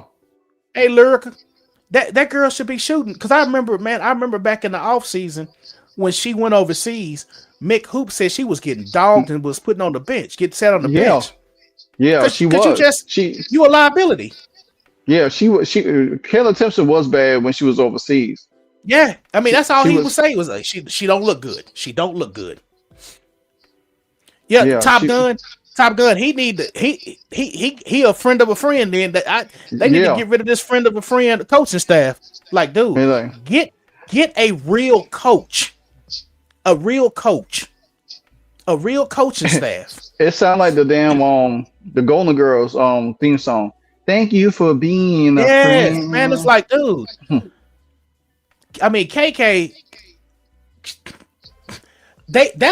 To be honest, if she had developed like she was supposed to, that was a starting power forward. Yeah. Like you were saying, putting a young team around him. Yeah. She about 23. Yeah. All she needed was that small little jumper, man. That little mid-range jumper and a couple post moves. And she could have been the starting power forward. You could have saved your money. Yeah. Let me ask you a question. Now they gonna have to play. Now KK gonna have to play more. Mm-hmm. And dude, to be honest, we probably seeing now that we can go back and look at these games. KK playing more probably had to do with Dante's injury. Yeah. Because notice she's been playing the last few weeks. Last few games. She's been playing more and more. And back in June and July, it was crickets. They were getting KK ready to start playing. Yeah. Let me ask you a question. What you think the deal with is with Lexi Hall? Lexi? What's Well, going on with Lexi? To be honest with Lexi Hall, I swear I think, man, she just got effing paid. Yeah. I just, man, that girl was hungry last year, man. Mm-hmm. Coming out of Unrivaled, man, she was hungry. She was playing D. She was hustling. It's like, man, you don't see that same fire. Man, she done got paid, man. She don't have no fire in her belly no more, man. That's just me with Lexi. And I like Lexi Hall. This ain't the same. Go watch the games from last year. If you got the NBA app, go watch a game from last year. Man, that girl would dive for loose balls. Yeah. I remember they had her looking like Rambo. She get her lip busted, got her eye, had the black eye last year. Man, she would do all kind of stuff. And this year it's just like, at the beginning of the season, I thought it was just because she was exerting energy on defense. Mm-hmm. She just disappears. Yeah. It's like she don't make no. She used to be running, jumping in the air, grabbing rebounds, all this stuff. Now she don't even do anything. That too. Yeah. They phase. It's a phase out offense because they'll phase Caitlin out of the offense at certain times. Yeah, they definitely. But they never. Kelsey Mitchell is never going to get phased out of this offense. Never. And it's 1.6 and million. it's like, and it's crazy because I was looking at it. I was looking at the Minnesota game when we was doing the live. And I say she has something so yes. I say if to me, I think that if you're trying to do something with this roster and build it up, Lyrica, it's not Lexi's fault. I agree. What I would do, I will move Lexi to the bench, put KK in her spot to beef up that front court a little bit. They're gonna have to. You know what I'm saying?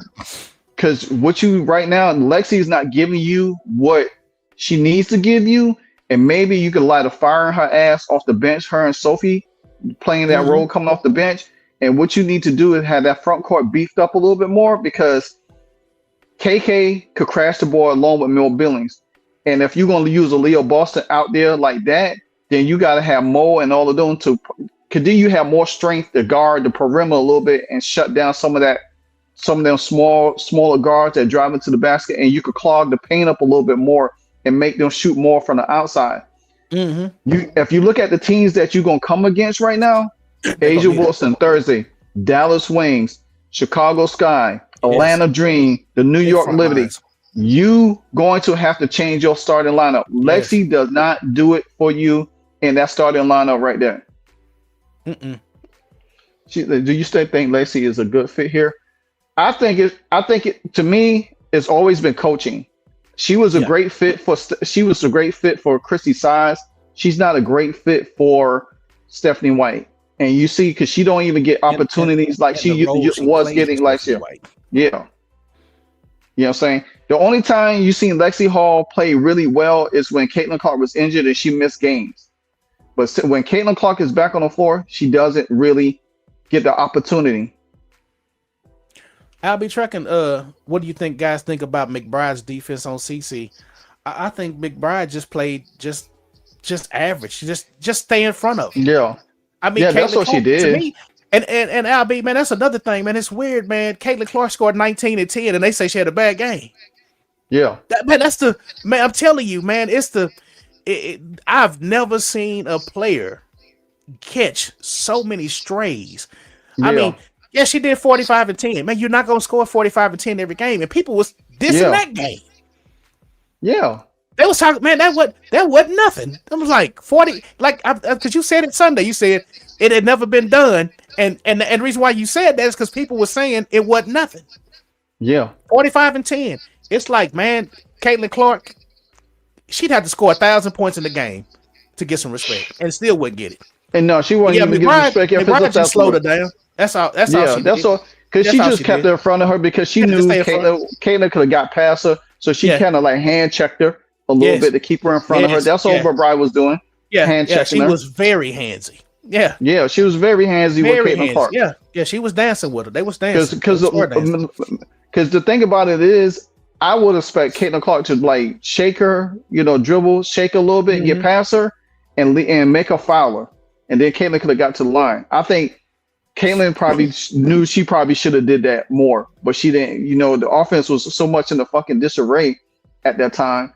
You know what I'm saying? Because there was no damn. You got Leo Boston playing dribble on the baseline, trying to move. Then she gets the ball, taking out her damn hands, and then she's trying to throw a pass, throws a turnover.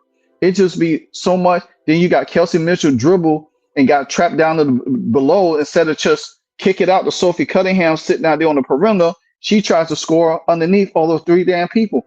You can't be like that because this would put your team in a bad position all the time. You know what I'm saying? You have to think smartly to understand when y'all was on that 5-game winning streak, y'all was moving the ball. Y'all got away from all that shit that y'all did and then start doing crazy stuff in the game. Top Gun, why did the Lynx put their top 2 defenders on CC and let Olivia guard Kelsey and let Kelsey Mitchell get 3-4-7 on the man? Sometimes I think these coaches they like to do agendas. Yeah. And the agenda is to make Kelsey Mitchell look like an MVP candidate. And they already want, we said this back in May, they want Olivia Miles to be that to replace Candace Parker as the first rookie to win Rookie of the Year and MVP. So after this game, man, they had hit pieces on Caitlin Clark. They was making Olivia Miles look like she dissed Caitlin Clark at the end of the game when she was talking when Holly Rowe asked her. They was setting this up. They wanted this to happen. That's the and she had a good game. And so it's always an agenda, man. It's all this league is bigger than basketball, man. It's always about setting some kind of tone. And when it comes to Caitlin Clark, it's like it's always they know she killer. They know she sets records, but they always gonna diss her because they know, man, we didn't do nothing for 30 years. We didn't do nothing for 30 years. Matter of fact, you could take it was average for 30 years, And you could say 25 years, 10, 20 years from that, because after Cynthia Cooper, they didn't do shit. Yes. And just think about it. If the WNBA was around when Cynthia Cooper left college, they wouldn't even be talking about Sue Bird's records. Yeah. No. Because Cynthia Cooper was old when she came to the W. If Cynthia Cooper was young when she came in, she was 22, 23. Yeah. Man. Yeah. And got as long a run as Sue Bird got 19 years. Anna's gracing us with her presence. He ain't seen you in a long time. Olivia Miles has an easy no denying her talent, but comparing is wild, very wild. Yes, yeah. And that's the thing. That's the one thing that I hate when people talk about Caitlin Clark. You can't compare Caitlin Clark to no player in this league that's ever played. Nobody. No, there's no nobody like her. There's no comparison. And then too, she gets it. She gets what she gets, and she's done all the things she's done by taking on the amount of pressure that she takes. Yeah. Triple team, man. Cause like, and that's the reason why I like watching Venom Reacts, and I like watching that alpha coaching. Cause when they show that tape, man, if she's the 11th best guard, they damn sure pay attention to her ass. Yeah, dude, it was when she kicked it over to Aaliyah Boston for that 3 Aaliyah didn't take. Fee was looking at her, Olivia Miles was looking at her, and there was another player was looking. They was paying attention, and like whatchamacallit said, Cheryl Reeves, regardless, she hate Caitlin Clark, she respects the hell out of Caitlin Clark. Yeah, she used to, because she. Let me say. That's what be killing me. That's what people don't ever say. Like, you can say Olivia Miles had a game. Please do not compare Olivia Miles to Caitlin Clark. Exactly. They're not even in the same zip code. Aaliyah Boston had a great game. Killed in the first half, got locked up in the second half. And when she got locked up, she started complaining. But they ain't gonna talk about that. But now you cannot compare her to Caitlin Clark. Paige Beckers, you cannot compare her to Caitlin Clark. Exactly. If they put 94 feet of butt whooping on Paige Beckers would start crying. When Paige Beckers got touched by Sophie Cunningham last year, the league fined Sophie Cunningham for touching Paige Beckers. And that's real talk. And she barely got touched. And when she got touched, she was looking up at the ref like, you gonna let them do me like that? And that's a night for Caitlin Clark. You got one tap.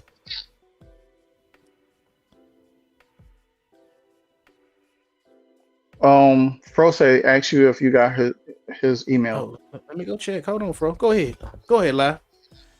Oh, but that's the thing about it is it's no comparison. I just crack up on that, man, and then I crack up on the people that attack her. And this is for y'all for the chat. This is for y'all to elaborate what I'm about to say. Why y'all think they leave Kelsey Mitchell so much open? Because she's not really a threat. Because if you really paid attention to Kelsey Mitchell, they already know Kelsey Mitchell is not going to pass like Caitlin Clark, pass the ball to open players. They know Kelsey Mitchell is going to take her shots. You know what I'm saying?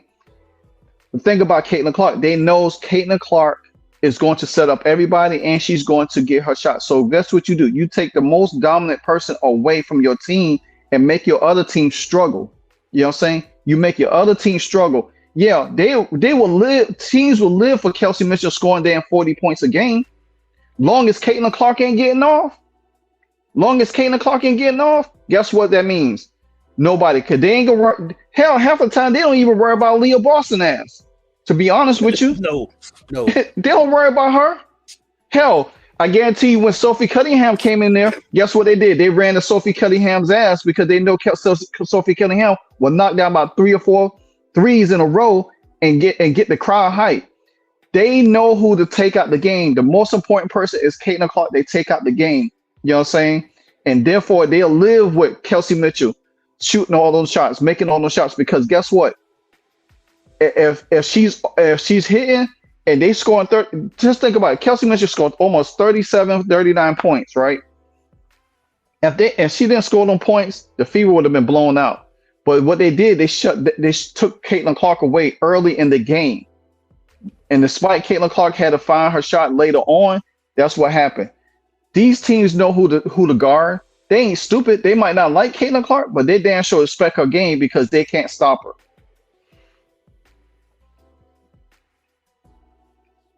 And that's why I be trying to explain to people sometimes you can't just look at somebody scoring and think that person is better or that person is the best player on the team. No, the best person on the team does every damn thing. Rebounding. Nobody on that team as a guard out rebounds Caitlin Clark. Nobody on that team outsists Caitlin Clark. Nobody outscores Caitlin Clark and assists and rebounds. Why do you think she gets a triple double? Why do you think she gets the most double doubles? Because she does everything. She sees everything. It's one thing to be a scorer, just to score points. Hell, I could do that. But when you're doing everything, that means you're the most dominant player on your team. You are the best player on your team by far. And I just think that people just get caught up into scoring, a person's individual scoring. Just like we said earlier about Kelsey Plum. Kelsey Plum plays damn defense, and she could assist the ball and still get your ass 25 points a game. Dude, I'd take her over Kelsey Mitchell in a heartbeat. Yeah, LB, she did have wide open. Olivia Miles had wide open threes. I think I saw 1 3 where Mo Billings was closing out and Sophie, but the other ones, she was.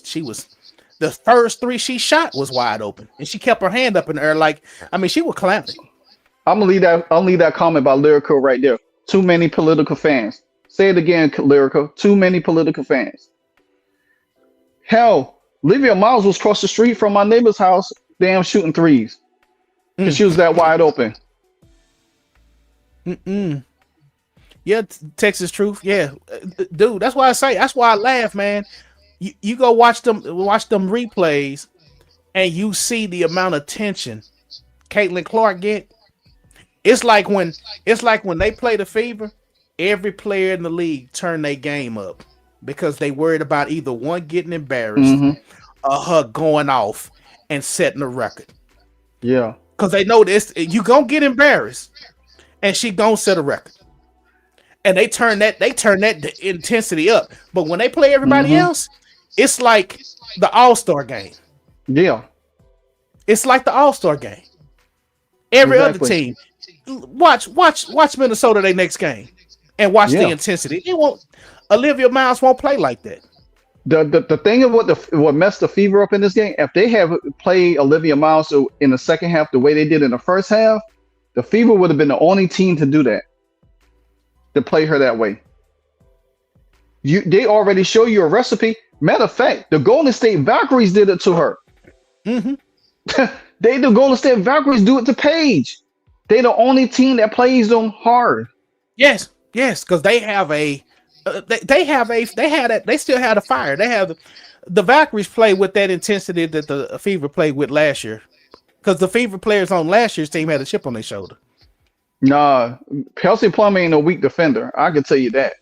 She ain't no damn weak defender. Hey, Quarter Link, is she a weaker defender than Kelsey Mitchell? Who's got worse defensive stats? I know Kelsey Plum has better assist totals. I think Kelsey Plum would be a better fit with Caitlin Clark than Kelsey Mitchell. Oh yeah, Michael, traveling miles. Yeah, she traveled, boy. She traveled about 4 times in a game. She cuffed. Yeah, she HR huffed and cuffed a few times yesterday. Man, if she was in a walking marathon, she'll win. Yeah. That's how much she traveled. Yeah, and I wish some of the other players would really get the same smoke that Caitlin Clark get in the game. Yeah. I mean, pick Olivia Miles up 94 feet. Pick Paige Beckers up 94 feet. And then see how I do. And you see, I bet you'll see so many numbers dwindling down so fast. Yes. You'll see a whole bunch of change. Yeah. You'll see it'll be a whole different conversation. But you can't have that conversation. They only focus on one thing. They only focus on Caitlin Clark. And say she can't handle the pressure. She the only one that get that type of pressure. Yeah. Nobody in the league gets that pressure. And she still gets 19 and 10. 19 and 10, 45 and 10, 10, and that's 30 and 10. And she's still around here. She's still around here. They ain't gonna getting player of the month, player of the week. Nobody else is doing it. Natalie Cartier isn't gonna set me up. You're right about that, Lyrical. I forgot the dude on X. But man, is it true, man, that Kelsey Mitchell has never had a double-double? Nope. Never. Man, I saw that on X. I saw a dude on Kelsey X post Mitchell that. never ever had I a tripped double-double. out when he said that. Man, I was like, man, that's got to be wrong. Never. I was like, wow. In 9 years, you've never had a double-double. Yes, with a migraine, Jazz. Yes. Yeah. And didn't really even talk about it. Nope. That was the thing. Like 19 points. And remember I told you when they DraftKings show that damn stat with 21.5 points, You did. I said Caitlin was not going to hit that mark. Yes. I told you. I said every time they show that shit, they should never hit that mark.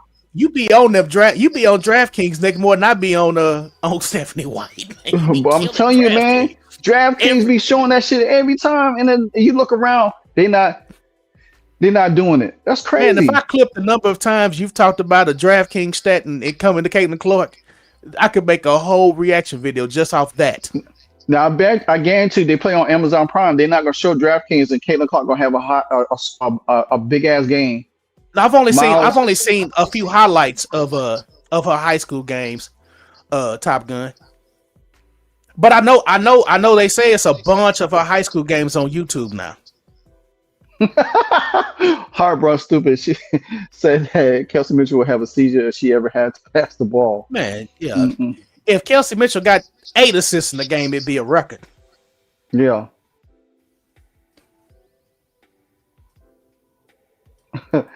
Lurker said that man live is passionate. I am passionate, man, because yeah, she was glazing. She was glazing Kelsey Mitchell. Talking about that was her welcome to the league moment. Yeah.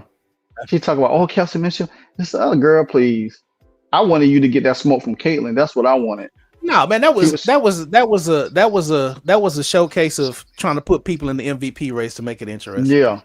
Yeah. I'm gonna watch it. I'll watch it, Top Gun. I'll watch it. Yeah.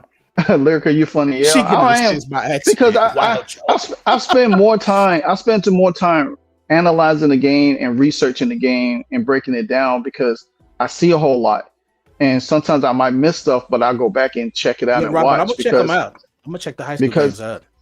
You sit there and you're looking at it.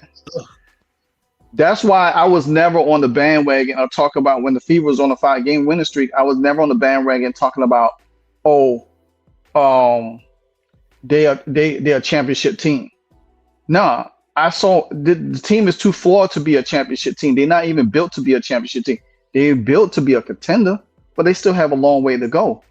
That roster still needs to be improved a little bit more. They coming down. You ever heard the saying in August when they call it the dog days of summer? That's what we in right now, the dog days of summer, because every damn team that's on your schedule is basically a damn playoff team, or you got a team that is playing well enough to beat you, and you don't have no room for error. The Fever don't have no room for error in these next 11, 12 games that they have. They don't have no room for error. Because if the fact of the matter is, if they decide to lose 3, 4 games, 5 games in that stretch time, guess what's going to happen? That seeding going to look very, very ugly. Bruh, that's another scary thing, man. That before that game they were number 4. And at the end of that game they were number 6. Number 6. And now you play the Aces. And now it's blood in the water. It's blood in the water when you play the Aces. It's a playoff game. You didn't have Doncic. So we can say you down, you basically Doncic never counted. Until now. Now you need some size. Because now you can't look over on that bench when Aaliyah need a rest. Now you gotta play KK. Or now you gotta play Mo. Michelle. And Mo don't jump, Mo don't block. No. So now the middle of your band, if I'm looking at that paint, I ain't shooting threes against the Fever. I'm attacking. Yeah. Because guess what? I'm attacking. You look at it, you're like, you guess what? I'm gonna get her out the game. I'm gonna get Aaliyah Boston in foul trouble. Boom, get her out the game. Then you keep in mind, Aaliyah Boston was in foul trouble against Minnesota. Yeah. And then guess what? You're already seeing the signs of Hey, you ain't got Yeah. no depth. Where's Grace? Under She fire. on the bench. She on the bench. Ah, Robin, you know what? Grace under Robin, fire. you know where Grace at? Grace under fire. Yeah, I had to Grace, get yeah, Grace on the fire for real. yeah, Grace under Grace, fire. Grace gonna have to play. He ain't lying. Grace gonna have to play Shoot, now. for real. I'm just She telling ain't you, got no man. excuses. She should know the playbook too. Yeah, I know, she should man. know the Justine playbook. Passat, dude. Justine Passat gotta be laughing, Oh, and you know Justine Passat on she. Oh boy, I'm telling you, they playing her this game again. dude. Again. Dude, she gotta be And laughing. Anna, yeah, Anna She on the is team. Bree Hall on this team still? Yeah, she's still on the Yes. team somewhere. Yeah. Somewhere. Yeah. Yeah, she had She on some said, kind of Milli Vanilli shirt. yeah, she said I saw Bella On when Sunday. Billis get the bar. I stutter. I know, right? Yeah, Mason, they should have kept Passat. Yeah, But Billy, for real. but yeah, yeah, Mason, they did know about Passat's Dantas' Yeah. injury. They knew then, and they still traded. And the first thing that I'm gonna tell you, this is how I know what the conversation is going to Julie be Tatar. between Okay. between now and before Thursday. They gonna say, "Oh, we beat the Aces twice already." That's gonna be the fool's goal conversation. Oh, we beat them twice. Guess what? Teams are playing for position and standing. If you don't come out and knowing that you already lost to Minnesota and you fall flat after being off 2 to 3 days at home against the Aces, that ain't gonna let up against you. Man. And you lose that game and then go to Chicago. Oh my God, bruh. Bro, you could go from 6 to 8 in a blink. Blank. In a blink. They lucky Atlanta lost last night to the Yes. Aces to move Yes. back in that fifth spot. But guess what? You lose, your ass dropping to probably back to 6th and probably the 7th. Because guess what? New York is playing now. Texas New York Fruit, is playing. That's that French. That's that French thing that somebody said if she was on the Fever, Caitlin Clark would average 30 assists with them lobs. Yeah. Yeah. Julie Tatar. Yes. Mm-mm. Yes. To Julie T. The Tatar. Yeah, that's that French thing, whatever. French, I don't know what it is. It's a French something. It's a French one. That's the one that they was talking about coming to the league. The Decepticon. The thing about it is that I said it more and more times again, and I never miss, never waver. I always stay correct on my beliefs about this team. I kept saying it. I said this team. El Professor, that's right. The playoffs start Thursday. You Yeah. absolutely. That's what we've been telling folks. We told them Sunday. Yes, y'all playoffs. These 14 games, y'all better win. Y'all better win 80% of them. You don't have no time. You don't have. Hey, can you bring up the Fever schedule real quick? Yeah. You don't have no time to pussyfoot around. Excuse my language. With teams, you got to play this. Whatever your roster is, you better start playing everybody on your roster to figure out what you got going forward, because you don't have no time to sit here to hoping somebody catch on and all of this stuff like that. Raven Johnson, you need to get her playing in the games. Period. Michael said between that Minnesota loss, all of these outside noise that the Fever are hearing, half of those girls coming out with rabbit dogs against the Aces. But I'm not Stephanie White. I'm just telling you, the Fever got to come out. The Fever got to come out with a sense of urgency on Thursday. If they don't come out with a sense of urgency Thursday, guess what? A 5-game winning streak could automatically be a 5-game losing streak, just that quick. Yeah, because you figure like I got it. It's you could pull it up. Okay, I already got it on the screen. Man, I mean, just think about that. So you play Vegas, then you play Chi, then you play New York, and New York's like the 8th seed. They the 8th seed. Can you imagine losing all 3 of them games and your ass go from 5th to 8th. Yeah, and these two right here are going to be killer. Of course, nobody said the Fever is not going to make the playoff. We just talk about the scheduling, how difficult it's going to be. You can't fall out of position. Yeah, bro. Between You want to be in that top 4, man. That's what we're talking about. If you make the playoff, you need to be at least 3 and 5. You can't fall from 6 to 7 to 8 and have a first round meeting with Minnesota or first round meeting with the Valkyries or the Aces. That's going to be too tough to overcome. You don't want neither one of them. No, you don't. Neither one. If you not undermanned. And we talking about you talking about just to punch a ticket. Yeah, you gonna get a ticket to the playoffs. We talking about the quality of the ticket.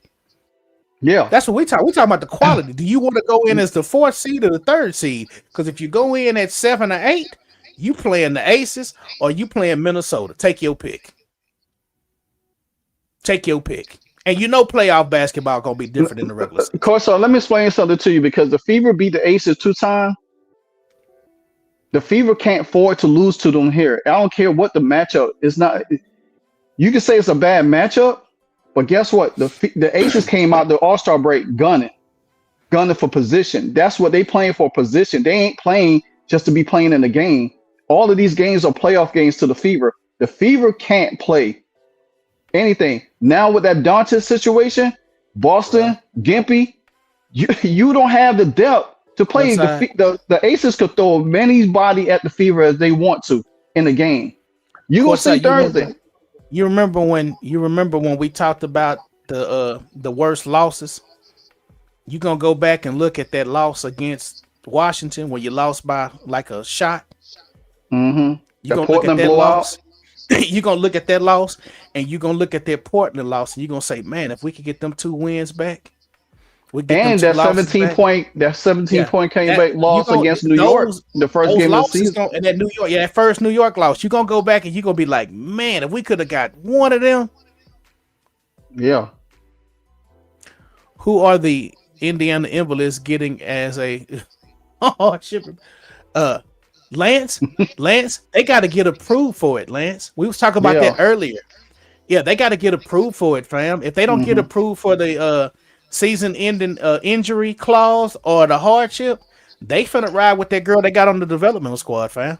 I'm gonna tell you the biggest flaw for the Fever ain't really their offense, it's their defense. Their defense is gonna be the major problem of this team going to be exposed. If the Fever defense don't fix the issues that they have, I'm gonna come to your church one day, man.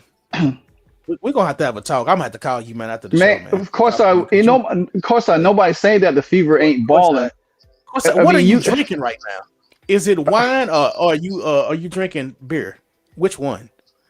I just want to know, because you be getting on that stuff. I mean, yeah, they playing great basketball, but when you talk about playing exceptional basketball against top tier teams, yeah, the 5-game winning streak, you're supposed to win them games. But if you had lost to Seattle or you had lost to Portland, yes, and that's what we're trying to tell. That's what we're trying to tell courtside. Yes, that's exactly what we're trying to tell courtside. They're going to copy. Yeah, everybody gonna copy what they did to the Fever. And the teams they're playing. The teams they're playing down the end of the stretch, most of them are playoff teams. You don't think Becky Hammond? You think Becky Hammond? Now the Fever did beat the Aces last year. What, all 4 times? All 4 times, and they had a tough time with them in the playoffs. If the Fever beat the Aces, then that's a good win for them. But then you got Chicago, then you got New York, then you got Dallas, then you got Atlanta. You know what I'm saying? And you think. Oh Lord! What happened? Oh no, I was listening to Anna said courtside in this panel don't listen to the truth.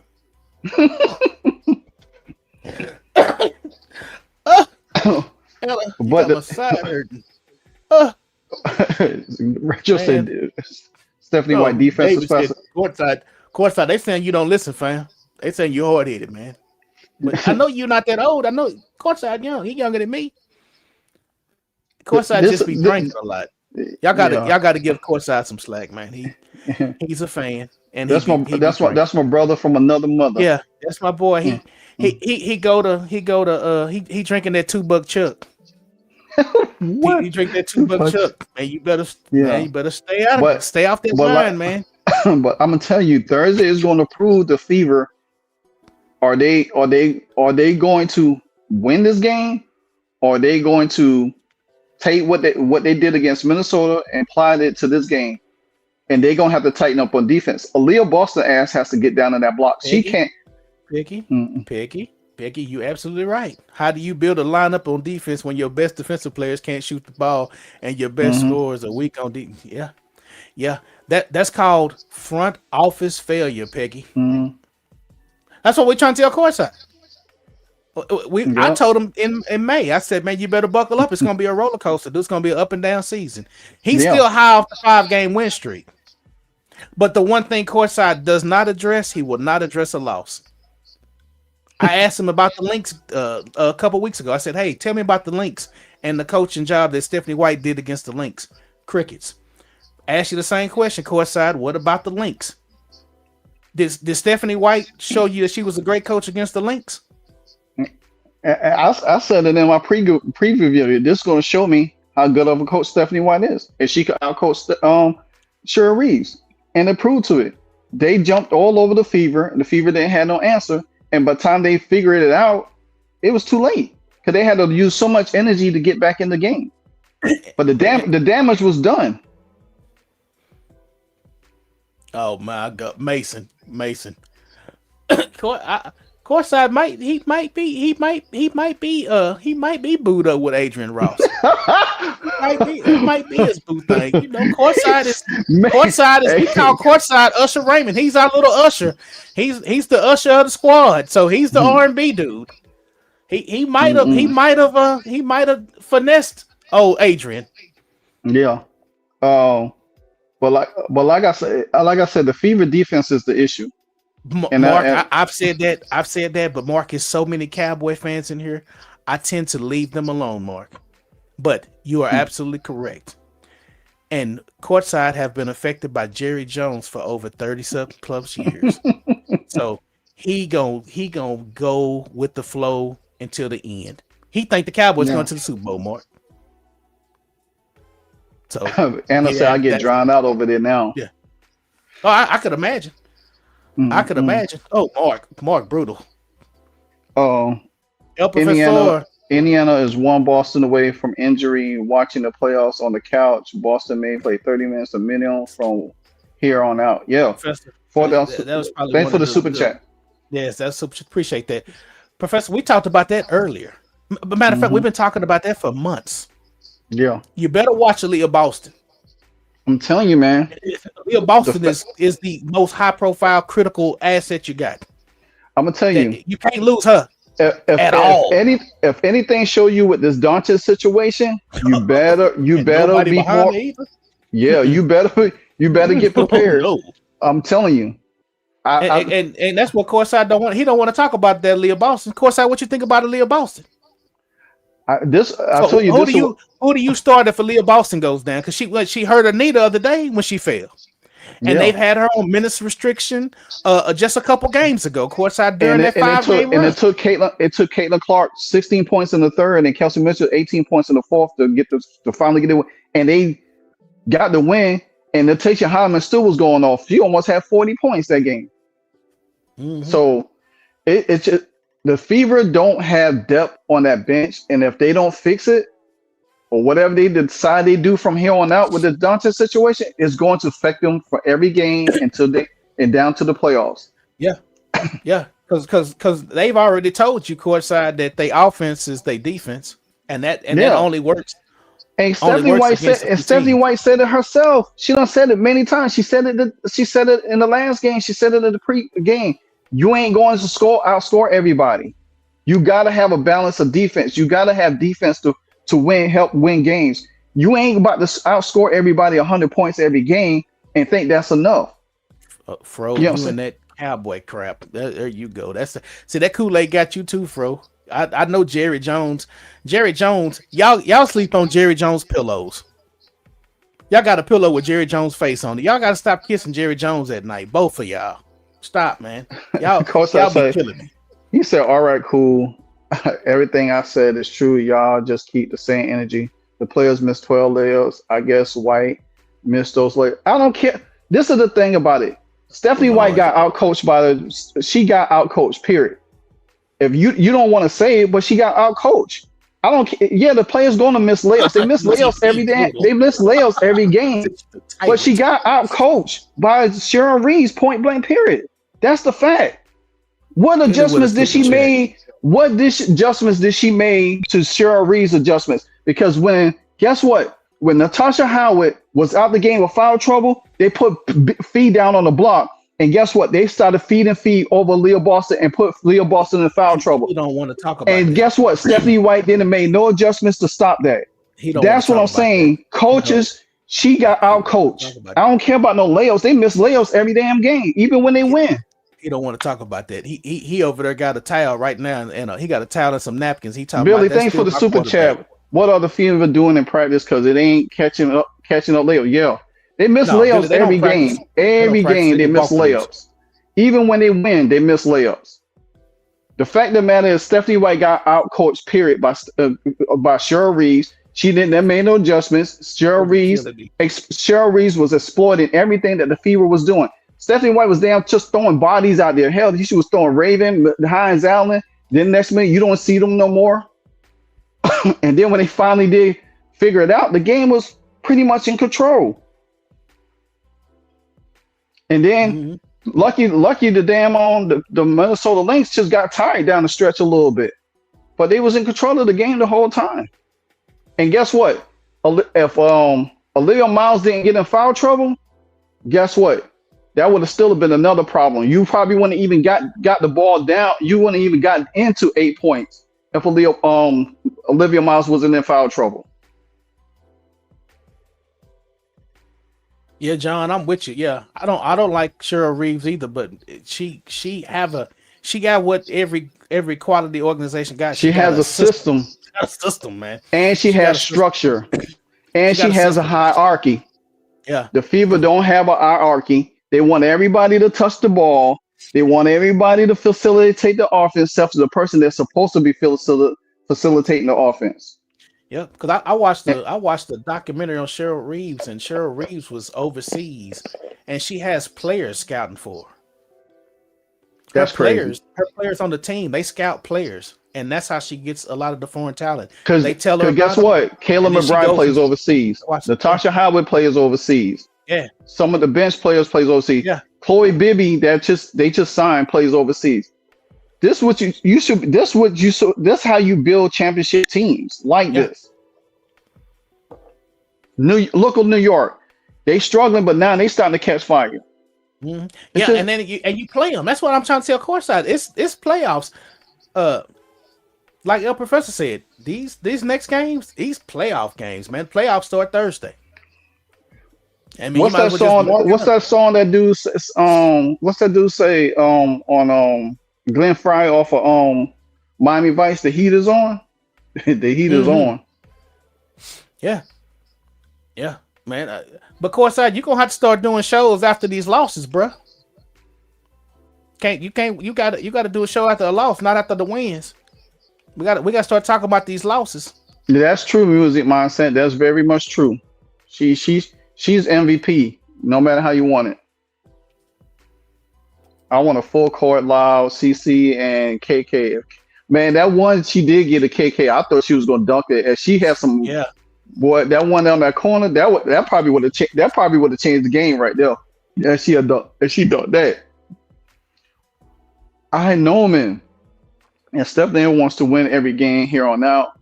She runs CC show for 80% of the game until then she is in good with the Stephanie White,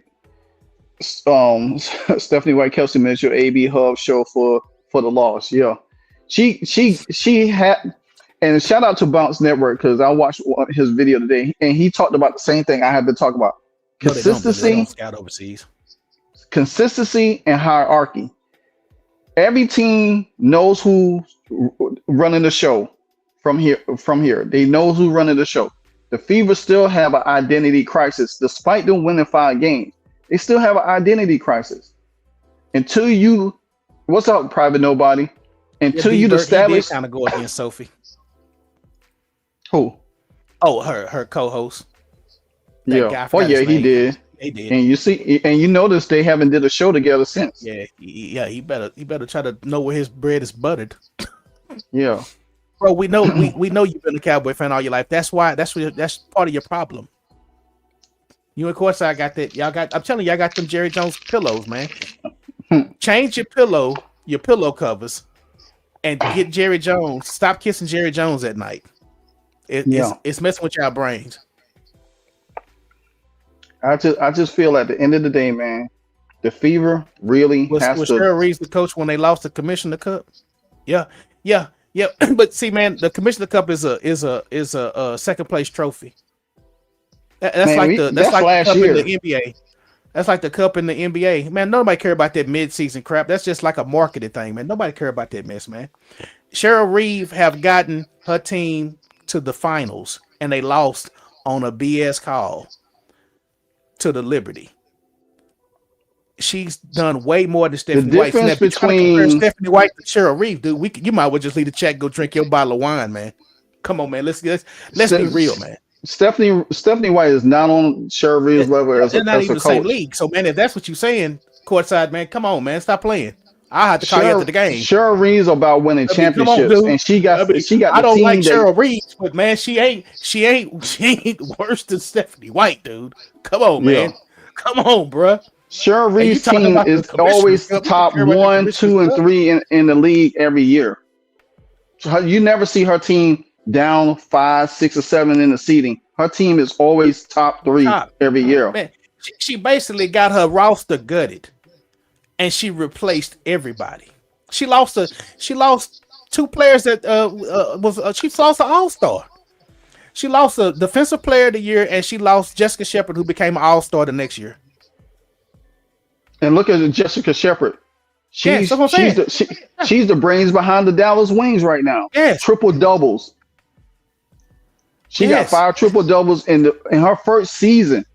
Yes, balling, and then they was Balling. all on the same team.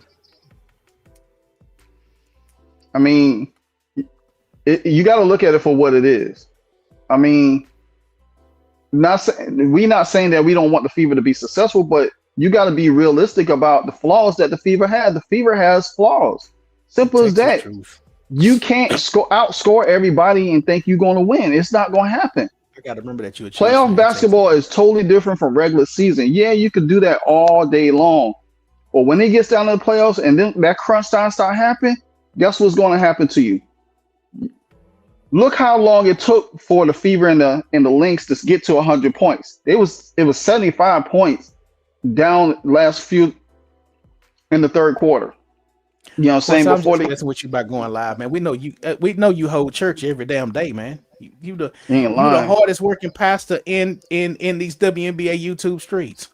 I'll be drinking communion, and when I don't even attend church. Because I watched you live after the game, man. I watched it, man, because I was like, dude, but it get depressing at times. I had to turn it off. That's correct, Peggy. The best offensive The only thing to defense save in every your sport. lives is Sean and Private Nobody. The voices of reason. I thank them brothers because boy, without them, man, courtside, it's rough. It's rough. Mm-hmm. It's rough. Cause your boy was going off in the last live. What's his name? What's that guy's name? Oh, what's that guy's name? He was going off. He was just talking about Caitlyn. He was just super negative. I can't think of his name. I'm talking about Pete. Pete, yes, Pete Yeah, was, man, Pete. yeah. I watched your show live, courtside, yeah, because Pete was going off. Yes, Pete was on a bender, and there was another guy. He was talking, and I just said, man, he talking real slow, and I was falling asleep, and I was like, man, chopped and screwed, and I just left. Yeah, I was in there. I watch you, fam. Yeah, because I had to listen to Private Nobody and Sean, because they ought to have their own damn show. Shit, I'm like, man, yeah, the voices of reason. Them the 2 best lawyers in YouTube. Yeah. Private nobody Hey, insurance. hey, you should call them Law and Order. Yes, boy, Doom, law and order. doom, If you don't have doom, them, doom, man, doom, you're in doom, doom, trouble. doom. Mm-mm. Yes. Yeah. Pete Kool-Aid, Pete get Kool-Aid Pete Cowboy. get long. Pete do get long winded though. Yeah. No, the other dude, his name was DMC. He was like, so okay. I was like, because even people in the chat was like, did they hit the slow-mo button on him? They was on his neck. I was like, wow, they was killing that dude. And I was like, chopped and screwed. I said, boy, he on that syrup. Gotta be. Sipping on that scissor. Yes. Sip. Sipping on that scissor. Of course, we gonna see, brother, because this schedule, man, this schedule is not for the faint of heart. I mean, New York is struggling. Chicago ain't going. Actually, they starting to play well now. Yeah, but They I'm starting saying, yeah. like from where they're at, they need a win. Yeah, they need a win. They need a win. Yeah, The Wings need a win, and you're neck and neck with the Wings, like you said earlier. Yeah. 1 win, 2 losses, and man, you go from 6 to 8 or 6 to 7. With a blink of eye, that Yeah, four, and them teams go ahead of you. the 4 from 7 range. You need to stay in that 4 to 6 range. You don't need to get to 7. You got to stay between 4 and 6. I told you a couple months ago, August 16th was gonna be a playoff game, man. That's going to be seeding's going to be involved with you in the dream, because y'all keep flip-flopping with the dream. The dream win, they go up. Y'all win, you go up over the dream. That game is going to end all And that. actually, the Fever definitely needs to beat the Dream, because if the Fever lose to the Dream will hold a tiebreaker completely and has the lead in the Eastern Conference division over the Fever. Let's see, the Mystics. Yeah, I mean, he ain't looking at the schedule. He's in fandom. I get it. He is a fan to the heart. Probably said the problem is Stephanie White. It's Stephanie White. And she lets CC runs the offense. Stephanie focuses dick.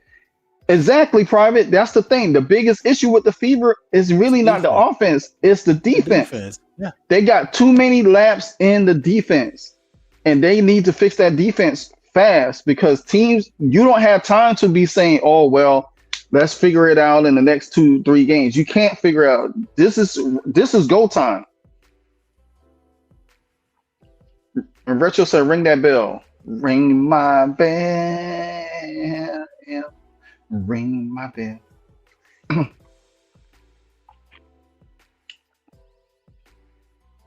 Like they said, pressure. We me courtside and live. We all chat damn near all day, every day. Yeah. So we cut up with each other all the time. So it's no animosity. It's all love between all 3 of us. And Rich too. He be in the chats too, with us, in the group chat. So yeah, we all chat. We all chop it up and talk noise and cut up. So yeah, we good. Yeah, he's just a Cowboy fan. That's his only problem. Yeah. That's his only problem. He a Cowboy fan. Fro too. Fro good people too, but they Kool-Aid sippers, truth. they ain't like you. They ain't got Super Bowls and got a great quarterback. The quarterbacks are the same color. Both of them got the beige rage. But no. They quarterback ain't in the they quarterback is like, it's almost like Chelsea Gray and Caitlin Clark. You got Caitlin Clark at quarterback, and they got Chelsea Gray. Dak Prescott is Chelsea Gray. Mm-hmm. And that's right, Michael. We halfway through the season, the defense should have been fixed. Yeah. It's hell, like the Peggy Valkyries. said. The Valkyries I ride with Peggy. It's what you got is what you got, and they ain't good. And it's no fixing. It's their offense is their defense. They set it up that way. It's like going to a cookout and you getting raisins in your potato salad when you're looking for plain potato salad. And that's what the Fever is. They got a bunch of raisins. Yeah. And now it's even more important for Aaliyah Boston to play good basketball, because teams gonna be gunning for her. So now Caitlin Clark will always have a target on her back. Yeah. But watch. They can start going at Aaliyah Boston Mm-hmm. with the fury. And guess what? You said this a while back. You said the most important person on the Fever, it ain't Kelsey, it ain't Caitlin, it's Aaliyah Boston. Aaliyah Boston. Yeah. Aaliyah Boston. She has no backup. She had no backup. And she make the most money. The most money. The most money. No backup. She done sat out a game. She done been on minutes restriction. She don't play She done aggressive left no a more. game. She don't block play shots. Nope. It's a lot of stuff Aaliyah Boston don't do. She shoot 3-pointers better. She shoot last year. Yep. Matter of fact, we used to be on Aaliyah. She didn't take it. We used to be on Aaliyah Boston head in 2024 when she used to play soft. Yeah. And then last year she started playing a little bit better, and now she got that money. She wants to be out there. She want to be out there with Candace Parker snickling and grinning all the time and don't sneak dissing people under the bus. Courtside, she didn't come into the season with a knee injury last year either, fam.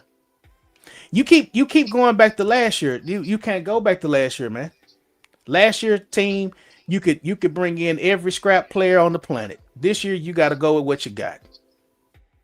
I could say the same thing about when Stephanie White coached the Suns. She took them to the semifinals, almost to the finals. But did she get to the finals? No. That's the point. She never got there. She had the team. Courtside, you know what? Me and you should go live Friday. I'll set it up, man. We'll go live Friday. I'll do a show. Yeah. I'll set it up and we'll go live Friday. Yeah. Me and you. We'll do that. You ain't gonna do nothing but say the same stuff. It's just gonna be a cheerleading session. I get it, because you're a Cowboy fan. I deal with Cowboy fans every day, man. I'm used to y'all stuff. Sorry to any Cowboy fans in the chat. No offense, but Cowboy fans is relentless. Relentless. Yep. Look at it. Grandma Chelsea Gray got 4 rings in the Finals MVP.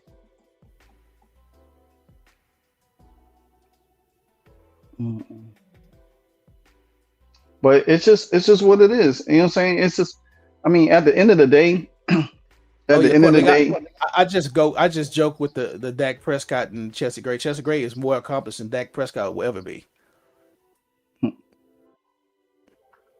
For sure. Dak Prescott's never getting the ring. Ever. Unless he buy one. Michelle, she was there 2 years. She took her to the semifinals 2 years, never to the finals. Yeah. And I think one of them years she had the best record in the league. And that was 2024. Yeah, and one coach of the year in 2024 when Caitlin first came. But she never got over the hump. That's like me almost want to stop drinking, but I can't.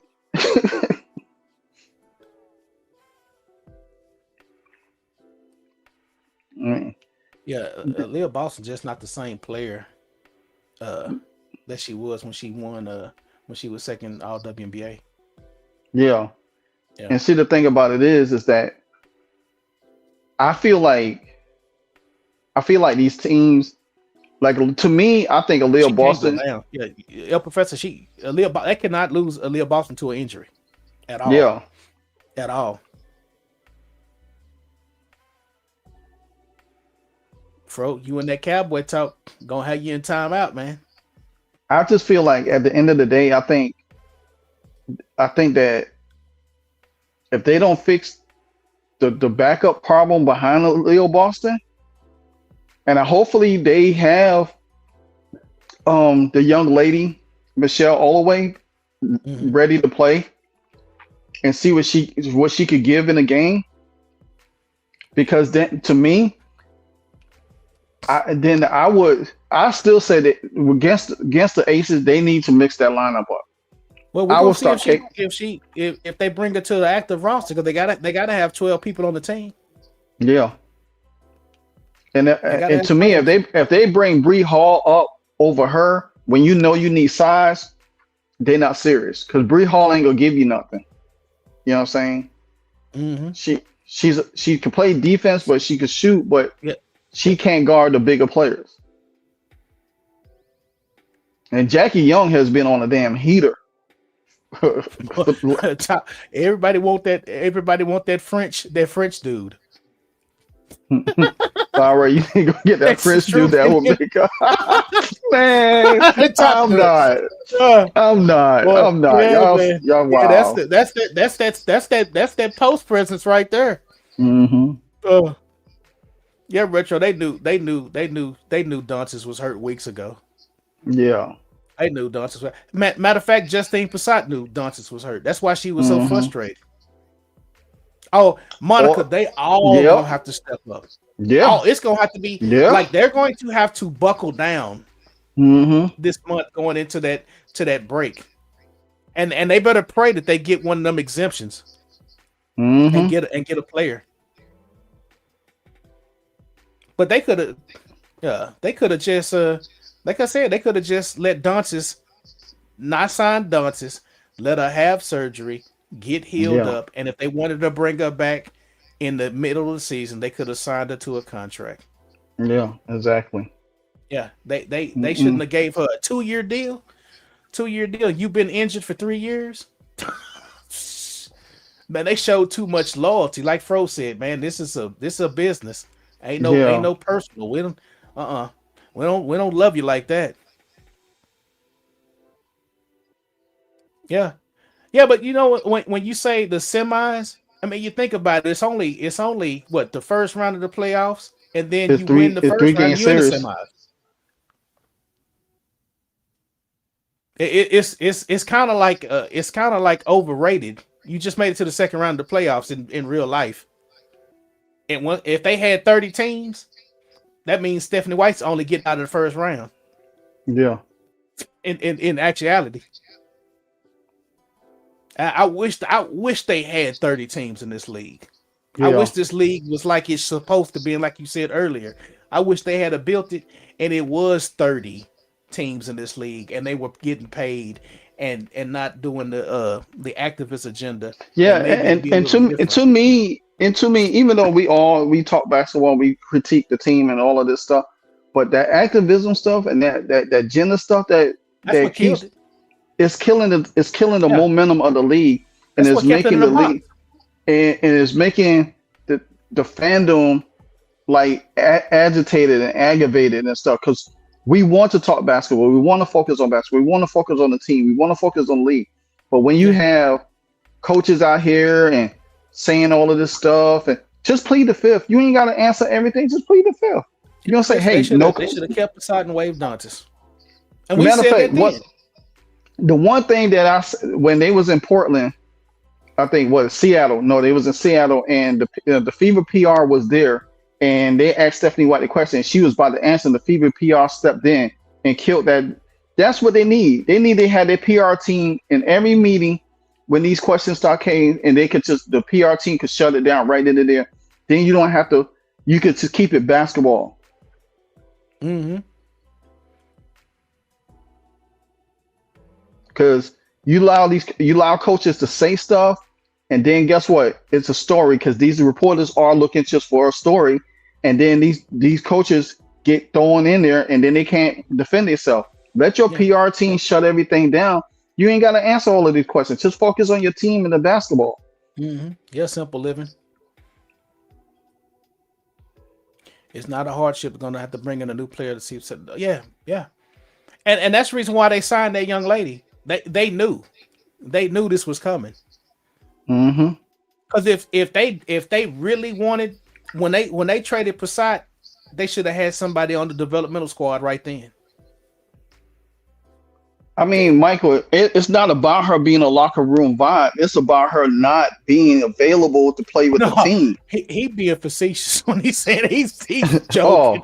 Okay. Joking. I was like, what is it? Because remember, Stephanie White was talking about the vibe and the culture, and Dantes was with that player that they ain't got to get ready because she ready, and she was hyping her up. And then she ready. She was getting ready for surgery. Yeah. She was getting ready for surgery. Yeah, she was ready. Her ass was getting ready for surgery. She went under that knife. Mm-mm. Yeah, speedy recovery. Can't come back next year. Courtside. He said he gonna remember this stream. Y'all gonna be eating a lot of crow. Hey. Oh my God! There you go with that, dude. dude, you said with Just Nicole. just take it game after game, brother. Yeah. Just take it game after game. Because you didn't want to talk about the Valkyrie loss, man. When I asked you about that, you said you and Nicole said Stephanie White had changed the offense. You gave more credit to Stephanie White than Kelsey Mitchell and Caitlin Clark. Shut up, man. Hey, Stop. I Call have me ate after a the lot game. Call I me have after ate this, a lot of after this, and we'll pheasants. talk. Because I know you said that. I have ate a lot of pheasants in my day, so I don't mind eating anything. Yeah. But guess what? There's still a long ass season to go, brother. You beat Seattle with 75 points from Caitlin Clark and Kelsey Mitchell, and you said it was Stephanie White that was the one that got y'all through that game. And you said that on video. We can go back and rewind it. I damn near passed out when you and Nicole said Stephanie White. Hell, it took Caitlin Clark and Kelsey Mitchell to score 60-something points to beat Seattle the second time. Man. And in that same time frame, Caitlin Clark done won Player of the Week twice. But it was Stephanie White that was what got them through that 5-1. Oh my goodness! Come on, courtside. Mm-mm. Yeah, Professor. Yeah, I'm telling you that Passat, she knows what was going on. That I mean, them girls was embracing her after she scored them points that game because they know. Oh, Charles Boxing and the Bulldogs funny. Yeah. But Top Gun. He don't want to talk about that. Top Gun. Yeah. Courtside do not want to talk about that 5-8 against 500 teams. He don't want to talk about that, man. He don't want to talk about that. Courtside overlooks, like somebody said earlier, Courtside overlooks the truth. Matter of fact, since the Fever play Thursday, we're gonna come and do a live at 7. We're gonna team up, and then Courtside could come. Courtside could come up. That he might could come be on then. That might be better. Yeah. I might do Thursday and leave a Friday. Kingz will be here 7:00 on Friday. Y'all pull up, and Courtside, you pull up. Mason, we'll drop the link for you. She did escape hell. She did. The House of Pain. Exactly. Yes. Justine Passat escaped misery. Yeah. Yeah, we gonna courtside. We'll get with you Thursday, fam. Yeah. Friday. Friday. Your gun loaded. Super chat. Probably nobody dropping them dimes. AB issue is real. There's nothing behind her, and AB has played. And Stephanie White, Don says she is now barking orders to CC. Yeah, AB will make or break the Fever. We will deal with Kelsey Mitchell, but AB is an issue. I said that, and matter of fact, yes. Lyrica also pointed that out, that AB. Some people say that AB and CC are having some kind of friction going on in front of our eyes. You know what I'm saying? So we're gonna have to pay attention. We'll see how it on Thursday. You know what I'm saying? Yes, we will see on Thursday. Yeah. Thank y'all all for pulling up and everything like that. For pulling up. Thank y'all. I mean, this was really good, really good. We'll do it again Friday and everything. No, there's no game Friday. We do Thursday before the game. Thursday. Yeah. Yeah, Thursday before the game. We'll get on early. Yeah.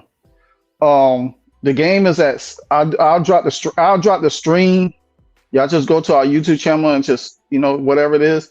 Marty, do you think this team I posted to play the Fever? Maybe. I'll pull it up. I'll pull it up Thursday, fam. Yeah, y'all was praising Stephanie White because I asked you on camera. I said, "So are you saying Stephanie White?" Is much love, Michael. You too. Winning? And Michelle and then Nicole said, "Yeah, I'm gonna have to go with courtside." Yeah. And I said, "You sure?" And I said, "So what about the defense?" Neither one of y'all had anything about the defense, and that's what I asked. I asked about the defense. I said, "So is Stephanie White in charge of the defense?" Y'all had crickets. Mm-hmm. Y'all wanted to talk about the offense only. But here we are, 2 weeks later, we talking about that defense. Anna, I wonder how that Hawaiian beer tastes. Golly, I need to import some. I need Hawaiian beer. I need to try one of them. Yeah, I need to try one of them for real. Wow. Anyway, guys, thank y'all for pulling up. This was exciting. Back Thursday. A lot of information. Yeah, come back Thursday. Come back Thursday for the live, the play-by-play live stream, and then talking to my cousin courtside. And then the next thing on Friday we have return. So yeah. So anyway, thank y'all for pulling up. Thank y'all for the super chats for both teams. I mean, both channels and everything. Man, I'm trying to be. Man, I'm not trying to be Hey, contagious. take care, Michelle. This contagious Retro. channel. This COVID-19. I don't want that shit. Y'all got. Man, cause I'm stupid. He talking about we COVID-19 over here. That's all right. You better wear. You better wear your mask then. You better wear your mask, man. Get your shots. Get your shots. Get your shots, courtside. Oh my God. Courtside, Hey, y'all man. have a good night. Much love to all y'all y'all. take Much care. love, man. Y'all take it easy. Wow.